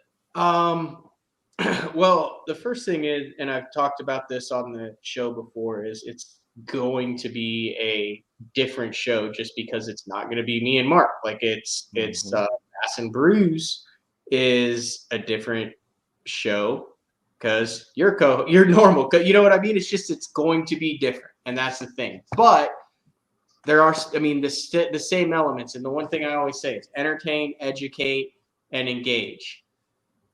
The 3 E's, the way it goes about, the way the guests are booked, the way I look like, that is going to stay the same. The same with the normalcy of the show, the 3 shows a week. Uncle Frank is still going to be there. I mean, I'm still going to be doing and talking about the same things that I do. And Mark it's not like Mark is like moving to Iceland. Like he still lives there, and I'm like using his studio for the first year. Yeah. But it's going to be different. I'm going to take it in some ways that I, want to explore different paths. I'm a little bit. I feel like I like going down the wormhole a little bit more on some stuff and getting kind of really deep and behind the kind of trying to understand the workings of things and going back to the original stories, understand why guys tick and how they tick and that type of stuff. So I'm going to take that. I'm not going to go with like a co-host right off the bat, but I am going to experiment with, possibly having a guy that's driving through Oklahoma, and we do 3 shows where we do a show where I interview him and he's in studio, and then we do a tips and tactics show, and then he's sitting next to me and he's my co-host for a day, and we have another guest on the live stream, that we then interview. So that would be like a guest host week. Possibly doing some weeks while I'm away for the opens, not at the very beginning because I don't want to bite off more than I can chew. So there are going to be a couple pre-recorded shows. Obviously, I mean, we're not going to be talking about the daily stuff, but if I'm going to fish all 9 opens and do BTL, I need to make sure that I'm not doing a sucky job at BTL because I'm trying to focus on fishing and then get off the water to do a BTL that I don't want to get off. And then I don't want my fishing to suffer because I'm trying to do good at BTL. So if I can do, top-notch BTL shows that, you're listening to a day after they were filmed and then still catch them, that's the ultimate goal. But the majority of the stuff will be live. Like I said, Uncle Frank will be there. And it's like kind of every time you do something right, whether it's on the water or in a podcast or at work, like, when you do a good job at it, you have that feeling, you get done with it and you're like, yeah, that was good. And I know that when I hit that right click, that right thing that works right, that like I'll be like, that's it. Like I was trying to think of who my first guest was going to be on January 3rd, right? And I haven't booked them, and I haven't. Man, I went through 8 or 9 different guys, and I'm driving home today. I'm available. My first guest. So I'm driving home today, and I don't know if you listen to the show, but I've had this long running thing with this one guy. And he's like, "Oh, you're timid." And I'm like, dude, it's got to be Jason Christie. Like, just myself to have, and I'm like, boom, that clicked. So that's going to be, and if it's not, like, I've got a couple other guys if he's not available, on January 3rd. But like I said, I'll keep experimenting. I'll listen to the listeners because I get a ton of feedback. I think I've mentioned that before, like just a ton of DMs, a ton of emails. Yeah. And that's good because our listeners are incredibly educated. I mean, it's a very niche podcast. I mean, it's not just bass fishing. It's not just tournament fishing. It's like this weird eclectic group of like cerebral and business side of professional bass fishing. Yeah. I think it's a lot of outdoors people. Yeah. Yeah, it's not just the fishing community. So I mean, if it sucks, I'll hear that it sucks, and I'll see it in the numbers that it sucks, and I'll do whatever it takes. But man, I don't plan on it sucking. I plan on taking it and taking what Jeffrey's did and what Jeffrey's built over the last 18 years and building on that for the next 18. And you talk about that too. Is like the steps have been laid. Yeah. You're going to continue to follow the steps of success. And if it fails, it's like 100% on me. It's not like I wasn't handed like a well-oiled machine.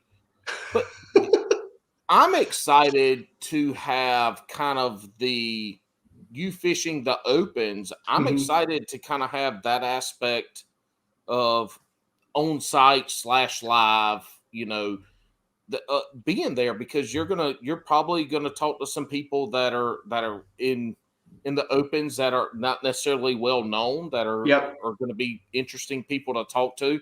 So I'm excited about that side of it. I mean, I don't think it's going to change at all. I think it's just going to be a growth upon what is there. Yeah, the goal is to probably be live at 5 of the opens. There's some that are just like logistically probably not, like Red River and Sam Rayburn. Yeah. Just not great. I mean, like Hartwell, I could definitely do it live. I mean, it's right there by major cities and infrastructure and stuff. But yeah, I mean, if I do that, now you're talking 15 live shows next year from the opens. Yeah. Like, I think that could really add some stuff to the show. And that kind of steps back into kind of like the Bass Zone days. Yeah. I mean, the live side of it. I mean, that goes back to the roots of what BTL is. Yeah, today. with Harold Allen and Wide Open at the Bassmaster Elite Series events, having the guys on after every day when they do well and kind of breaking down the tournament and all about being there. Yeah, it's super interesting. A lot easier to do stuff live nowadays than it was back then, trust me. Well, yeah, on the last episode that y'all did, Mark's going away party, they touched on how big of a pain in the ass it was. It was horrible. to do anything. You had cameras that you couldn't look at wrong that would break and this and that. Matter of fact, I want to tell you that you setting all that up was absolutely amazing. It was 4.5 hours of unbelievable guests and just great. I mean, it was flawless. It was literally flawless. It was unbelievable. I commend you. I don't know if you saw me looking at my phone and leaving the desk all the time and walking and being back and forth, but there was some shuffling that went on. Because you had certain guys, like, I mean, dude, I'm not like going to leave Rick Pierce in the queue for 30 minutes while we talk. But you left Ken Wood there for like an hour and a half. Ken Duke. But I had already talked to Ken Duke and told him, like, listen, like, there might be a little bit of a buffer here. You're on the show all the time. Like, what do you have going on here? Like, if I have to, and then I had to move Dave Rush another hour later and stuff. So. But yeah, it went well. I'm glad you guys enjoyed it. That was the whole point. I mean, the dude'd been doing it a long time. He deserved to have a show. There were a couple guys that he wanted, obviously, to make sure he had on. A couple of surprises that we threw in. But like, the beautiful thing is people in this industry are so easy to work with too. So it's not like you're not dealing with like agents and prima donnas and guys who are like, I'm 6 minutes late, I'm done and stuff. They were all like super understanding. Yeah. How pissed? Be truthful on this now. How pissed was Mark that you forgot his birthday? That was so petty. He's like 59 years old. He was like genuinely pissed for probably 2 days. Look, but that's Mark. I don't watch, so I drive a lot. I listen to everything audio. And when I was listening to the episode, you kept trying to touch back on his birthday. It's like, no, we spent like 3 days celebrating your birthday last year. Don't worry about it. It's not a big deal. He doesn't have any clue where my birthday is if people didn't say it in the instant feedback. And the only reason it wasn't was the day that it was his birthday was the Aaron Martin's tribute show. And rightfully so. We talked about Aaron Martin's for 2.5 hours. If it had been any other day, someone would have gotten on and been like, happy birthday, Mark, because they're Facebook friends with them. And I'd have been like, happy birthday, Mark. And it all would have bbeen fine and dandy. Yeah. But, I mean, it's in the past now. But, yeah, he was salty about that for 2 days. It bothered me if anybody forgets mine. But I try to make people forget mine. I don't tell people about it. You're like 19. Yeah, I don't know. I just don't like. I don't know. I'm weird. I don't like attention, so I never bring. Wait till you turn 40, and you're a quarter of a century. What? You're a quarter of a century next year, Bailey? Yeah. Or this year? Next year. Just turned 24. I got you. Yeah. I got an idea for you, Matt. I got an idea for you. All right, hit me with it. So your route into things, and I'm just spitballing here, but like you started out in getting in this industry with an internship. And I think with modern technology and the ease of doing things, I think it'd be really cool to kind of see you almost kind of like with your route. And I think your route is very unique and almost give back in terms of like, you guys have your YouTube's like for BTL is pretty young in terms of like how long you guys have been doing it. And I will speak on behalf that tuning into majority of your guys' shows live, you guys get a crap ton of comments, and it's almost, I would say, impossible for you and Mark, and now just you to like keep up with it.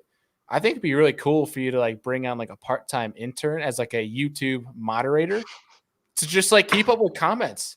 I think that would be really cool because I think just in feedback of like just chatting with people, and obviously you can like bring them up to speed on like what things you don't respond to, what things that you would respond to. That would be cool in itself too, just to have, and that could almost be like an alter personality that you see. No, I'm game. I've talked with Mark about that, and I think I'm 100% gonna go through. I don't know if I have to go through like the University of Oklahoma like I did because I did it for like college credits, but I'm 100% on board with bringing in a college intern. kind of going through the back end of this, I see a lot of stuff that would be very beneficial with. It would allow me to focus a lot more on content. Like you said, the comment section, a little bit of an editor type deal.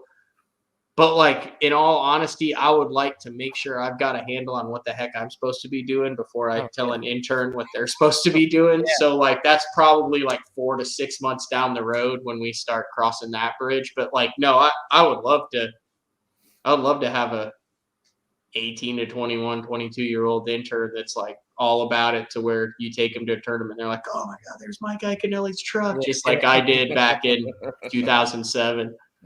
Yeah. I think that would be really cool. And I don't know, that just kind of sparked with, one, just being a fan of the show, and two, like, you know, I probably should have mentioned this in my introduction for folks that may not know, but like, I host the Serious Angler podcast, and one of the hardest working guys in the industry. You just pump out content, man. Yeah, every damn day. I know, it's a super impressive. Yeah. A few weeks ago, we were having our meeting of just like laying out our goals for 2022, and I was just like, I was telling Deacon and I was telling Andy, I was like, this isn't like a goal for this year, but like long term, I would love to, like, you know, with who knows like what we're going to be able to go at the rate. It might even be 30 years from now, but I don't even care. I enjoy what we do. But I was like, I would love to create like a scholarship to bring somebody a route into the fishing industry. Like, you don't see too many of things that are like trying to help somebody get into the fishing industry, because it's such a hard industry to get into. That would almost be cruel, because they're destined for a life of poverty. Yeah. Like 30 years later, they'd be like, screw you, Bailey. I could have been on Wall Street for these hours. And you... I got a scholarship for fishing to get into an industry. And my roommate drank beer all night. And now I'm losing. I have no 401k. I have no real life skills for a resume. I can back a boat at the ramp and get $5. No dental. In the summertime at Jordan Lake per boat. Yeah. No, that's a good idea. Yeah, I think. Like I said, that's why you'll stick around in this, dude. I mean, you're having a meeting with your fellow guys. You're 24 years old. You're planning for the future, and you're already thinking about giving back. I mean, those are qualities that most 24-years aren't thinking about right now. I appreciate that, dude. Yeah, and let's be real. You've been a good teacher, man. And you can put out the content that they put out when you're catching 5 and 6 pound smallmouth every other cast. Yeah. Captain Andy has you putting out big old fish. So, Matt, didn't you say you had a beer? Did you say you had a beer you wanted to talk about? Yeah. In the pre-show? So, yeah, I was pumped to come on to Bass and Brews, because I have a beer that is very near and dear to my heart called Kokanee. Have you ever heard of Kokanee? I think so, but not in the beer. Is there a fish named? There is a fish. It's a kokanee salmon, but Kokanee.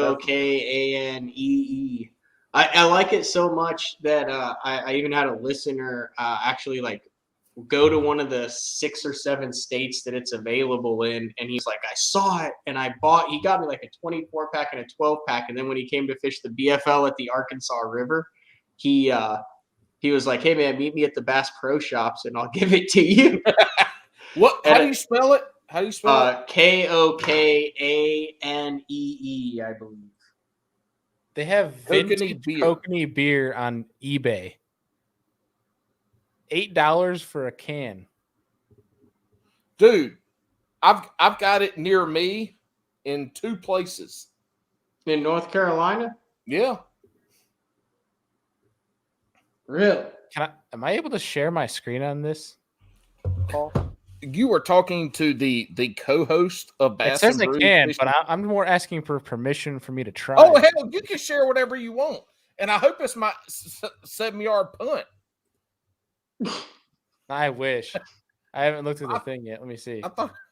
I think it should add up as like a screen for you to add in. Hold on. Yeah, I just added it. Yeah, look at it. That's not what it looks like. Top. That's old. That's way old. I know. I'm just showing how cool. Like it's $8 for a used can. Like Yeah, but that's from like 1945. No, Go to a normal can, not like a vintage can. You could do that with Budweiser or anything. Look, Matt, he has no idea what a pop top is. He That's has like no clue. The only thing, Bailey, the only pop top that exists now, it's pineapple juice.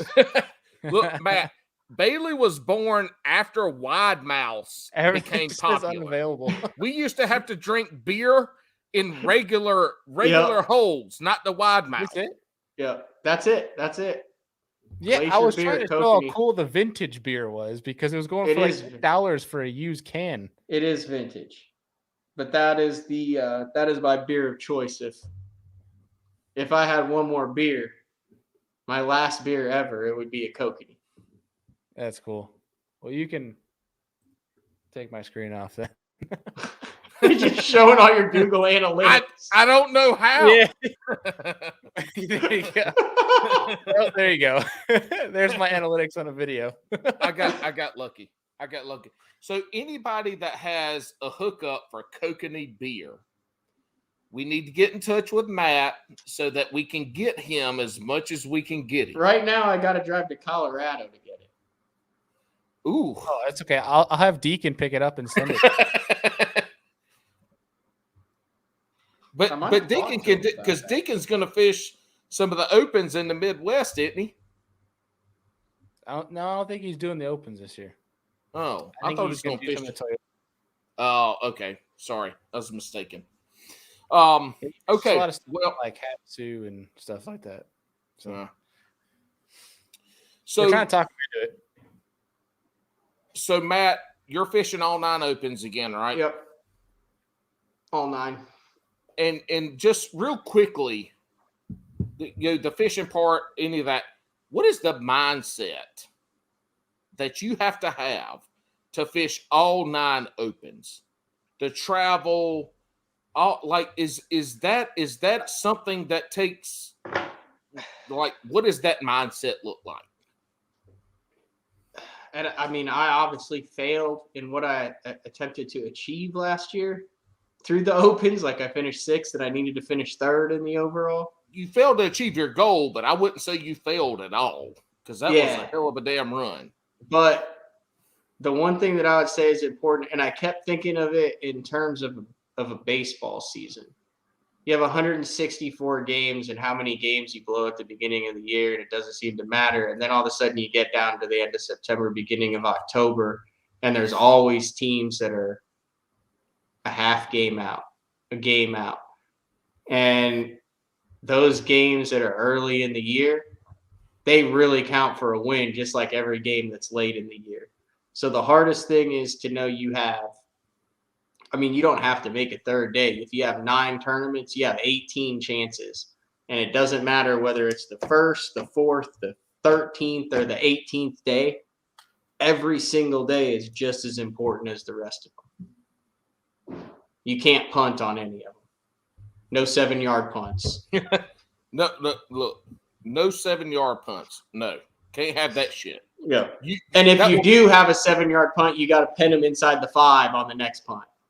That would work. Otherwise, it is the last punt of your career. Was that the last punt of your career? Yeah, I had a 43-yard average coming into that game, and I kicked a 7-yarder. And you never punted again? No, that was it. No, that's like getting a 6-pounder to your boat to win the Bassmaster Classic, and as you go to lip it, the bitch jumps off and swims away, and that's it. You retire after that. I retired. Not because I wanted to retire, but I was retired. I hear you. When are you going to have Pat McAfee on the show? Look, all right. So, side note, I played high school football at a really small school in South Carolina. I was a quarterback. I was a safety. I played a lot of different things. I punted because nobody else could start in Pee-wee football, and I got good at it. And so when I got to UNC to play, I didn't want to stand around and do some. So I was actually a scout team linebacker. as the backup punter. So when so when the first team was running drills, I was a scout team linebacker. And I mean, y'all remember Willie Parker for the Steelers? No. Oh my God, he's got the longest NFL. He's got the longest fucking touchdown in Super Bowl history. Willie Parker. Anyway, it doesn't matter. I was a linebacker for the scout team. Also, I was on the punt block team. So when the guy ahead of me was punting, I was trying to block his punt. And then when it was my turn to punt, I went and punted. So I was a different kind of punter, kicker specialist in college. I told my coach when I first got there as a freshman, I looked at my coach and was like, I just want to fucking kill somebody. And so that was kind of how it turned it into. But anyway, so I wasn't your regular punter kicker. It was a good time. I enjoyed it. But yes, my last collegiate punt was 7 yards, and it was a good time. It was a good time. I was famous. Wow. Yeah. Anyway, so well, Matt, thank you so much for coming on. This has been fun. Dude, I'm telling you, we have no scripts here except for the last part.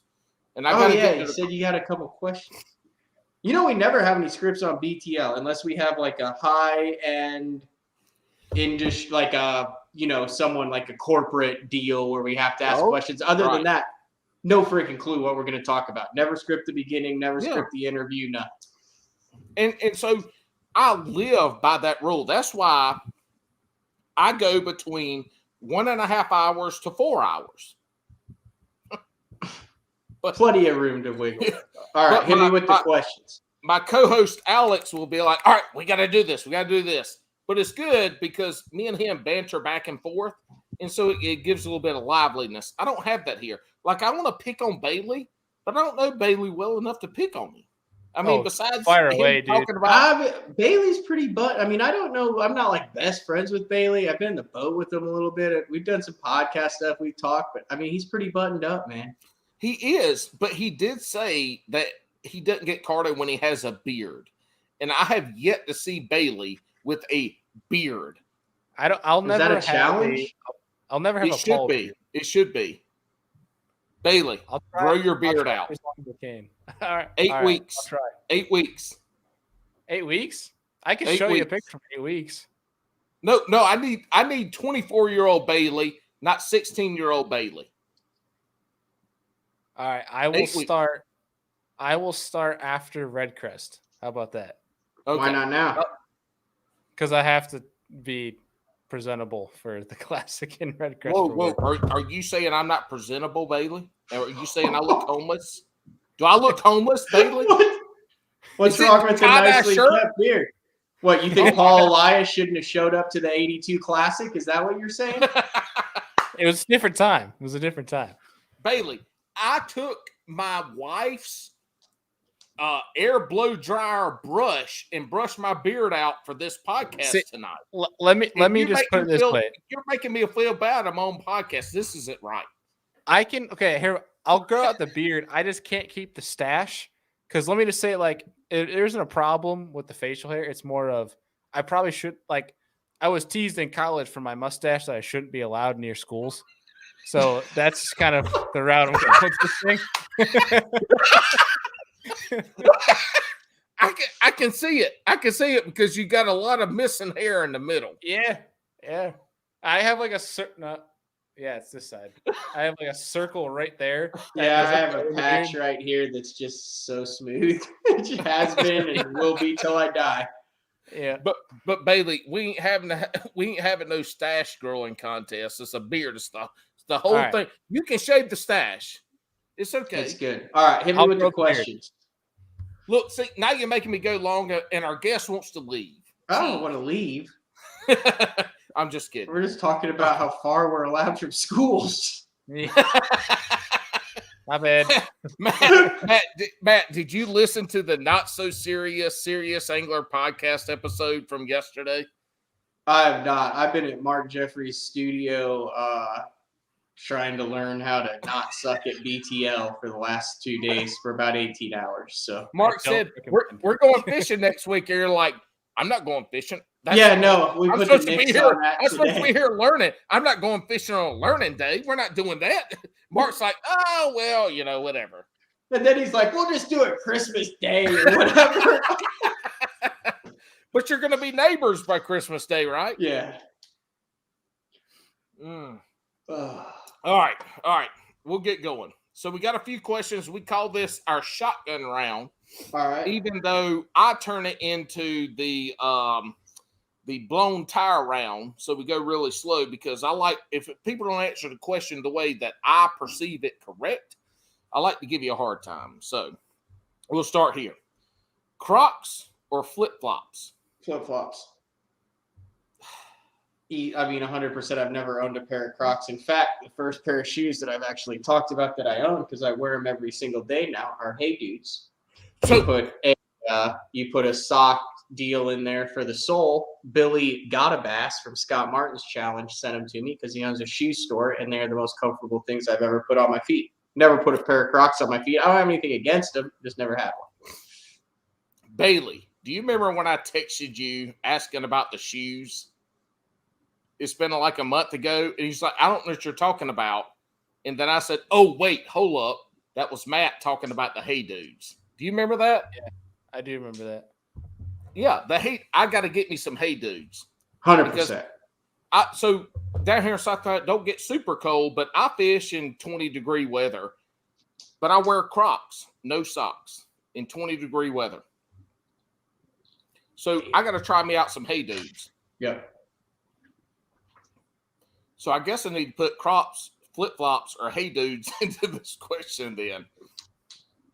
All right. Now I like the Crocs or flip-flops. That tells you a lot about it.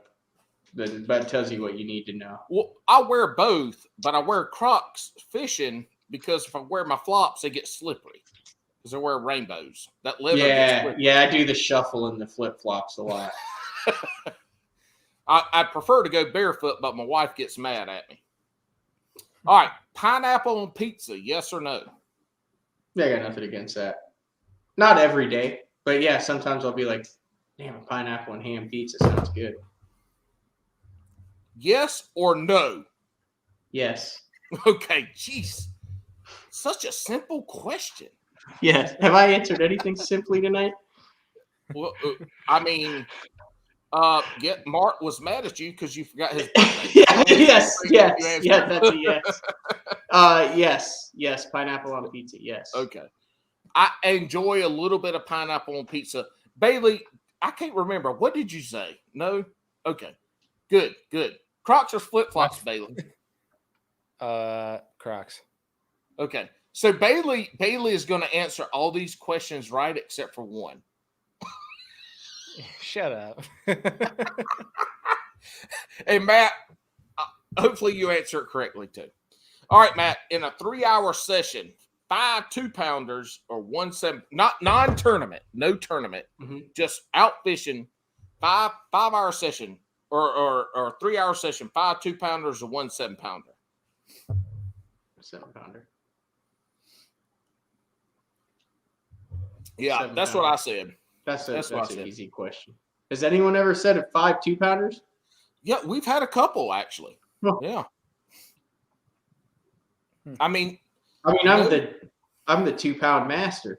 But I'd still rather catch a 7. Yeah. But some people ain't catching but halves and ones around here, though. So I mean, I hear you. Kind of depends on where you are. So this podcast originated in the Northeast.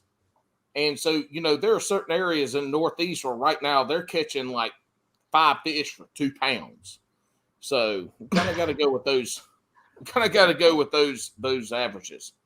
All right, you on wacky rig or Texas rig? Wacky rig. Oh, my man, Nico or regular wacky? I'll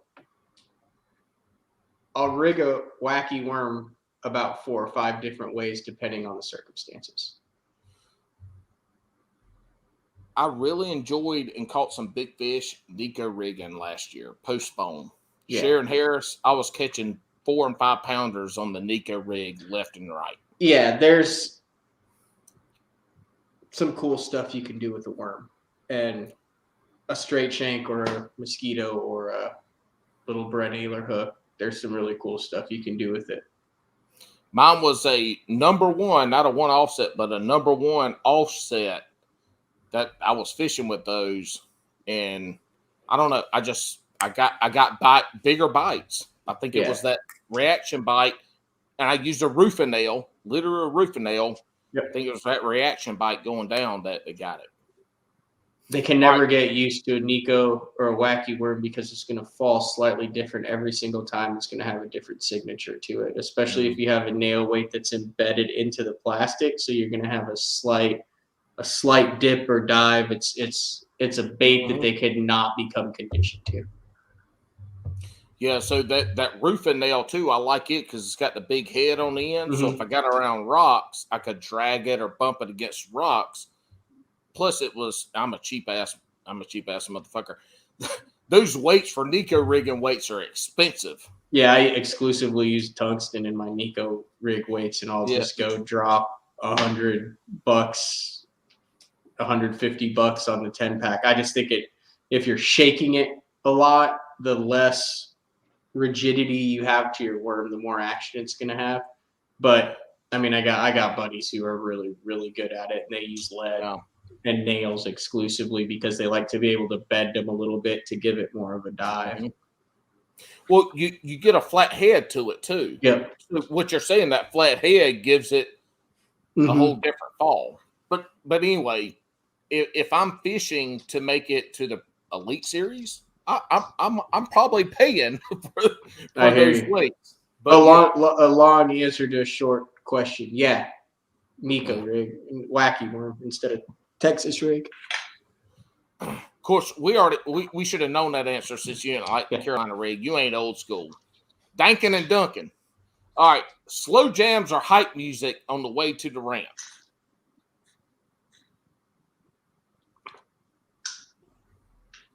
So I will listen to hype music until I get close to the ramp. So I will sometimes listen to no music. Sometimes I'll listen to hype music as I get closer to the ramp, but like probably slow jams, 100%. Like I don't want to be jacked up. That's not good. You don't make good decisions when you're jacked up. I want it to be just like a practice day for me. I don't want to put any of the undue pressure with the freaking mom's spaghetti on my chest stuff right before I freaking take off, Eminem. Like, I just want to go fishing. You know what I mean? Like, and that's kind of me knowing me and my tendency to get a little amped up sometimes. Like, no, I don't have it's. And plus, it's like fishing. What are you gonna like hype a limit into the boat? So like, it doesn't matter how bad you want it or anything. Yeah. Like, I mean, my goal is to go out and make the best decisions that I can. And when I've got my brain like it's not a normal decision. Bailey, which one are you? I'm more of the slow. I mean, it really depends on what I'm just feeling. Like, I usually start out like if it's on the drive to the ramp that morning, if it's a longer drive and how early I'm getting up, I'll start out fast to wake my brain up. But like Matt said, I'll slow down as I get to the ramp just to kind of like clear the mind, and that you can like really help think through your start of the day. Because the start of the day is everything. Like that sets the trend for the rest of the day. And see, I like that. So that is the EQ side of the emotional intelligence, the self-awareness. Like I like that. I love because that's who I am. Because I'm a hyped up person. I don't listen to shit on the way to the ramp. Every now and again, I might put on a podcast, but otherwise, I got the windows down and I'm driving. That's it. It doesn't matter. That's what I do. But it gets me. I'm thinking about the fish. How cold is it? All this shit. So that's. Look, we could talk mindset and emotional intelligence and all this. Dude, this would be the worst podcast ever. So we should do it on Bass and Brews, where we only have 10s of 12s of listeners. because we could talk about that mindset.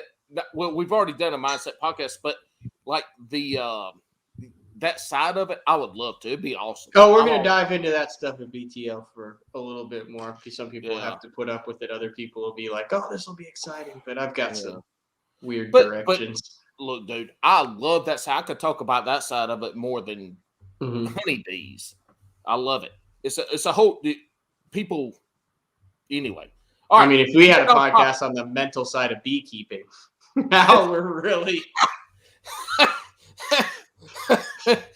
Well, first of all, if you're trying to sell honey, you're dumb. Second of all, if you just like having bees, then we can talk about your mindset of being probably somebody that your wife or husband doesn't necessarily like. Anyway, all right. Do you eat largemouth bass? No. Is he frozen or did he leave us? What? On the Matt's frozen. I'm frozen? Yeah. Can you hear me, Bailey? I can barely hear you. You're breaking up. I'm breaking up? I didn't do anything. Oh. I don't know why. I can hear you, but your face is frozen on like a like you're in deep thought. I don't know what to tell you. Was it final? It's final show, right? Well, no, we've got actually no. This can't happen. We got the most important question of the night. Do you want me to leave and come back on? Oh no, I can't leave and. You want me to leave and come back on? Yeah, leave and come back on because you're completely frozen. This is your favorite question? Well, it is when you're around. You guys took it. You guys took words out of my mouth. No, we did not. Yeah, we took it and ran, but we did not take the words out of your mouth. Do we want to tell them before or after? Am I back?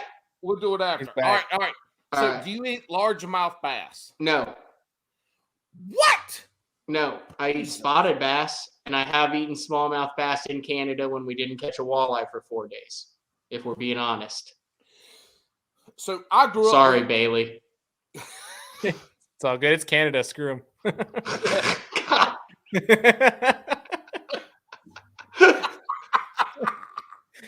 That goes back to my hockey days. Growing up in New York. Well, there goes any chance of ever getting Gussie or the Johnson brothers on Serious Angling. Hold up. Do you think any of those people are watching Bass and Brews Fishing Podcast? Who knows? They understand. They're hockey boys. They know the American-Canadian hockey feud. They're okay. They get it. Look, Bailey's last episode, which we referenced earlier, they had a guy. Bailey, who was the guy? Who was it on the podcast? The co-angler they were catching big smallmouth, and the angler went back, and the co-angler was catching the smallmouth in a john boat and putting them in the cooler to take home to eat. Who was that? Oh, Kevin Baxter was talking about him. He said he had a friend. I can't remember the guy's name. Saved my life. But yeah, basically he was fishing Kentucky Lake and really dialed in the smallmouth back when Kentucky was really firing on all cylinders and was catching like giant smallmouth in Kentucky. And fish tournament, co-angler, they were both catching them. And guy went back out 2 weeks later, and co-angler was in a john boat on his spot, putting them all in the cooler. Yeah. No bueno. So we asked this question. I ate largemouth, but I grew up in South Carolina, so we ate where I fished. We had brim, largemouth, and what we call jackfish, which are pike or pickerel or some bullshit that Northerners want to call them. But so I grew up eating largemouth. I never, up until the point I turned like 39 years old, I didn't know it was a problem to eat largemouth bass. Did I eat big fish? Hell no. I was eating little 10 and 12 inchers. What do they taste like? What do they taste like? Are they good? Largemouth? They taste like any other damn fish. They're delicious. Really? Fillet them out, fry them. Matter of fact, I think spotted bass. Those spotted bass are unbelievably good. Cold water 12 to 15-inch spotted bass. I love those. I think they're some of the best eating. oh, you broke up a little bit, but I think I heard you say that the spotted bass were 15 inches for good eating. We have been going 2 hours, and when we get to the end of the damn podcast, Matt shit starts messing up, and we can't finish it. I think he's. Have I still frozen? Again. All right, look, Matt, go off and come back on, and we're gonna end it. Let's do it. I will just fire the last question at him, and then I am. Because we only know we got like 10 seconds. Gosh.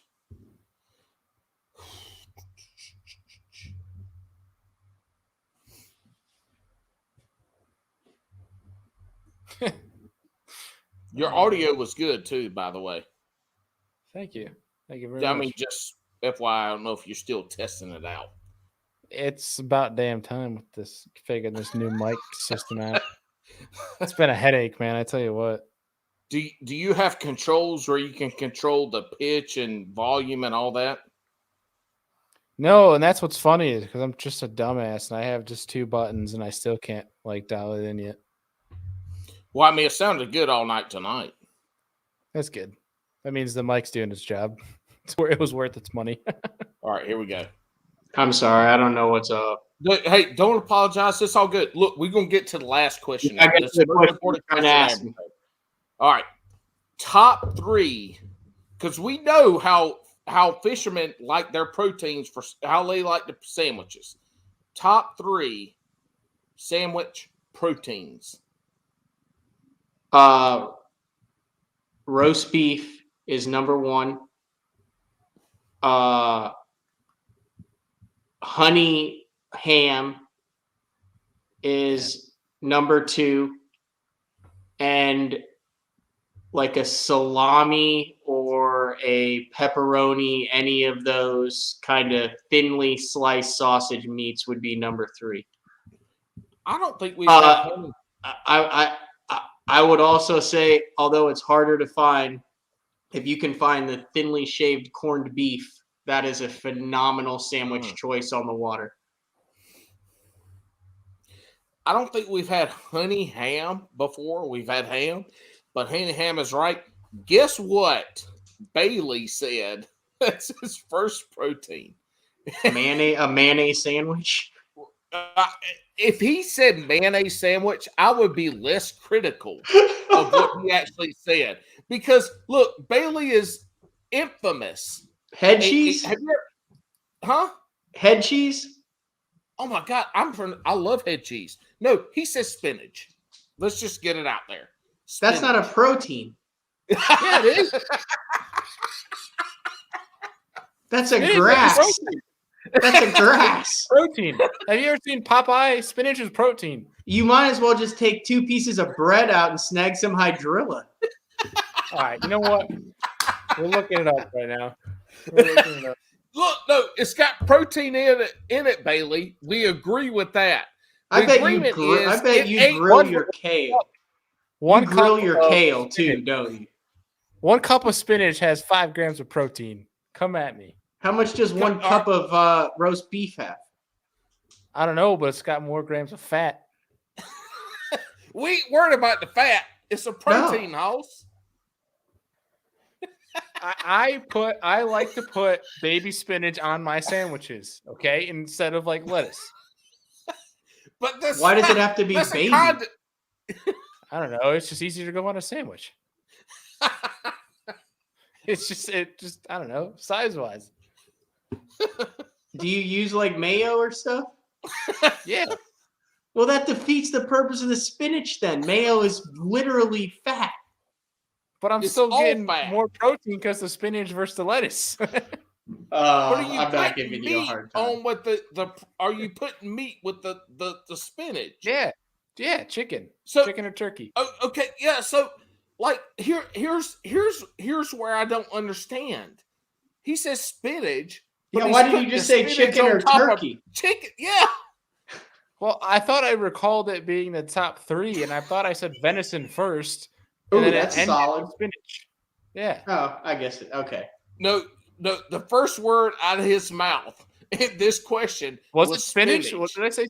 Yes, the first word. Top 3 proteins, spinach. Look, we had another guy that said top 3 proteins. First word out of his mouth was cheese. And so is there protein in cheese? Yes. But we talking about meat. Yeah, so I answered it okay. Yes, you did great. The honey ham, first time we've had honey ham, I love it. I love honey ham. All right. It's been a long episode. Thank y'all so much for sticking around. Bailey, thank you for co-hosting. Matt, tell us where we can reach you, what we can look forward to in the future. You know, all that good stuff. Anybody you want to thank, tell us. Bass Talk Live kicks off the 18th season on January 3rd. Basson.com or Bass Talk Live on the YouTubes. What kind of intro can we look forward to for 2018?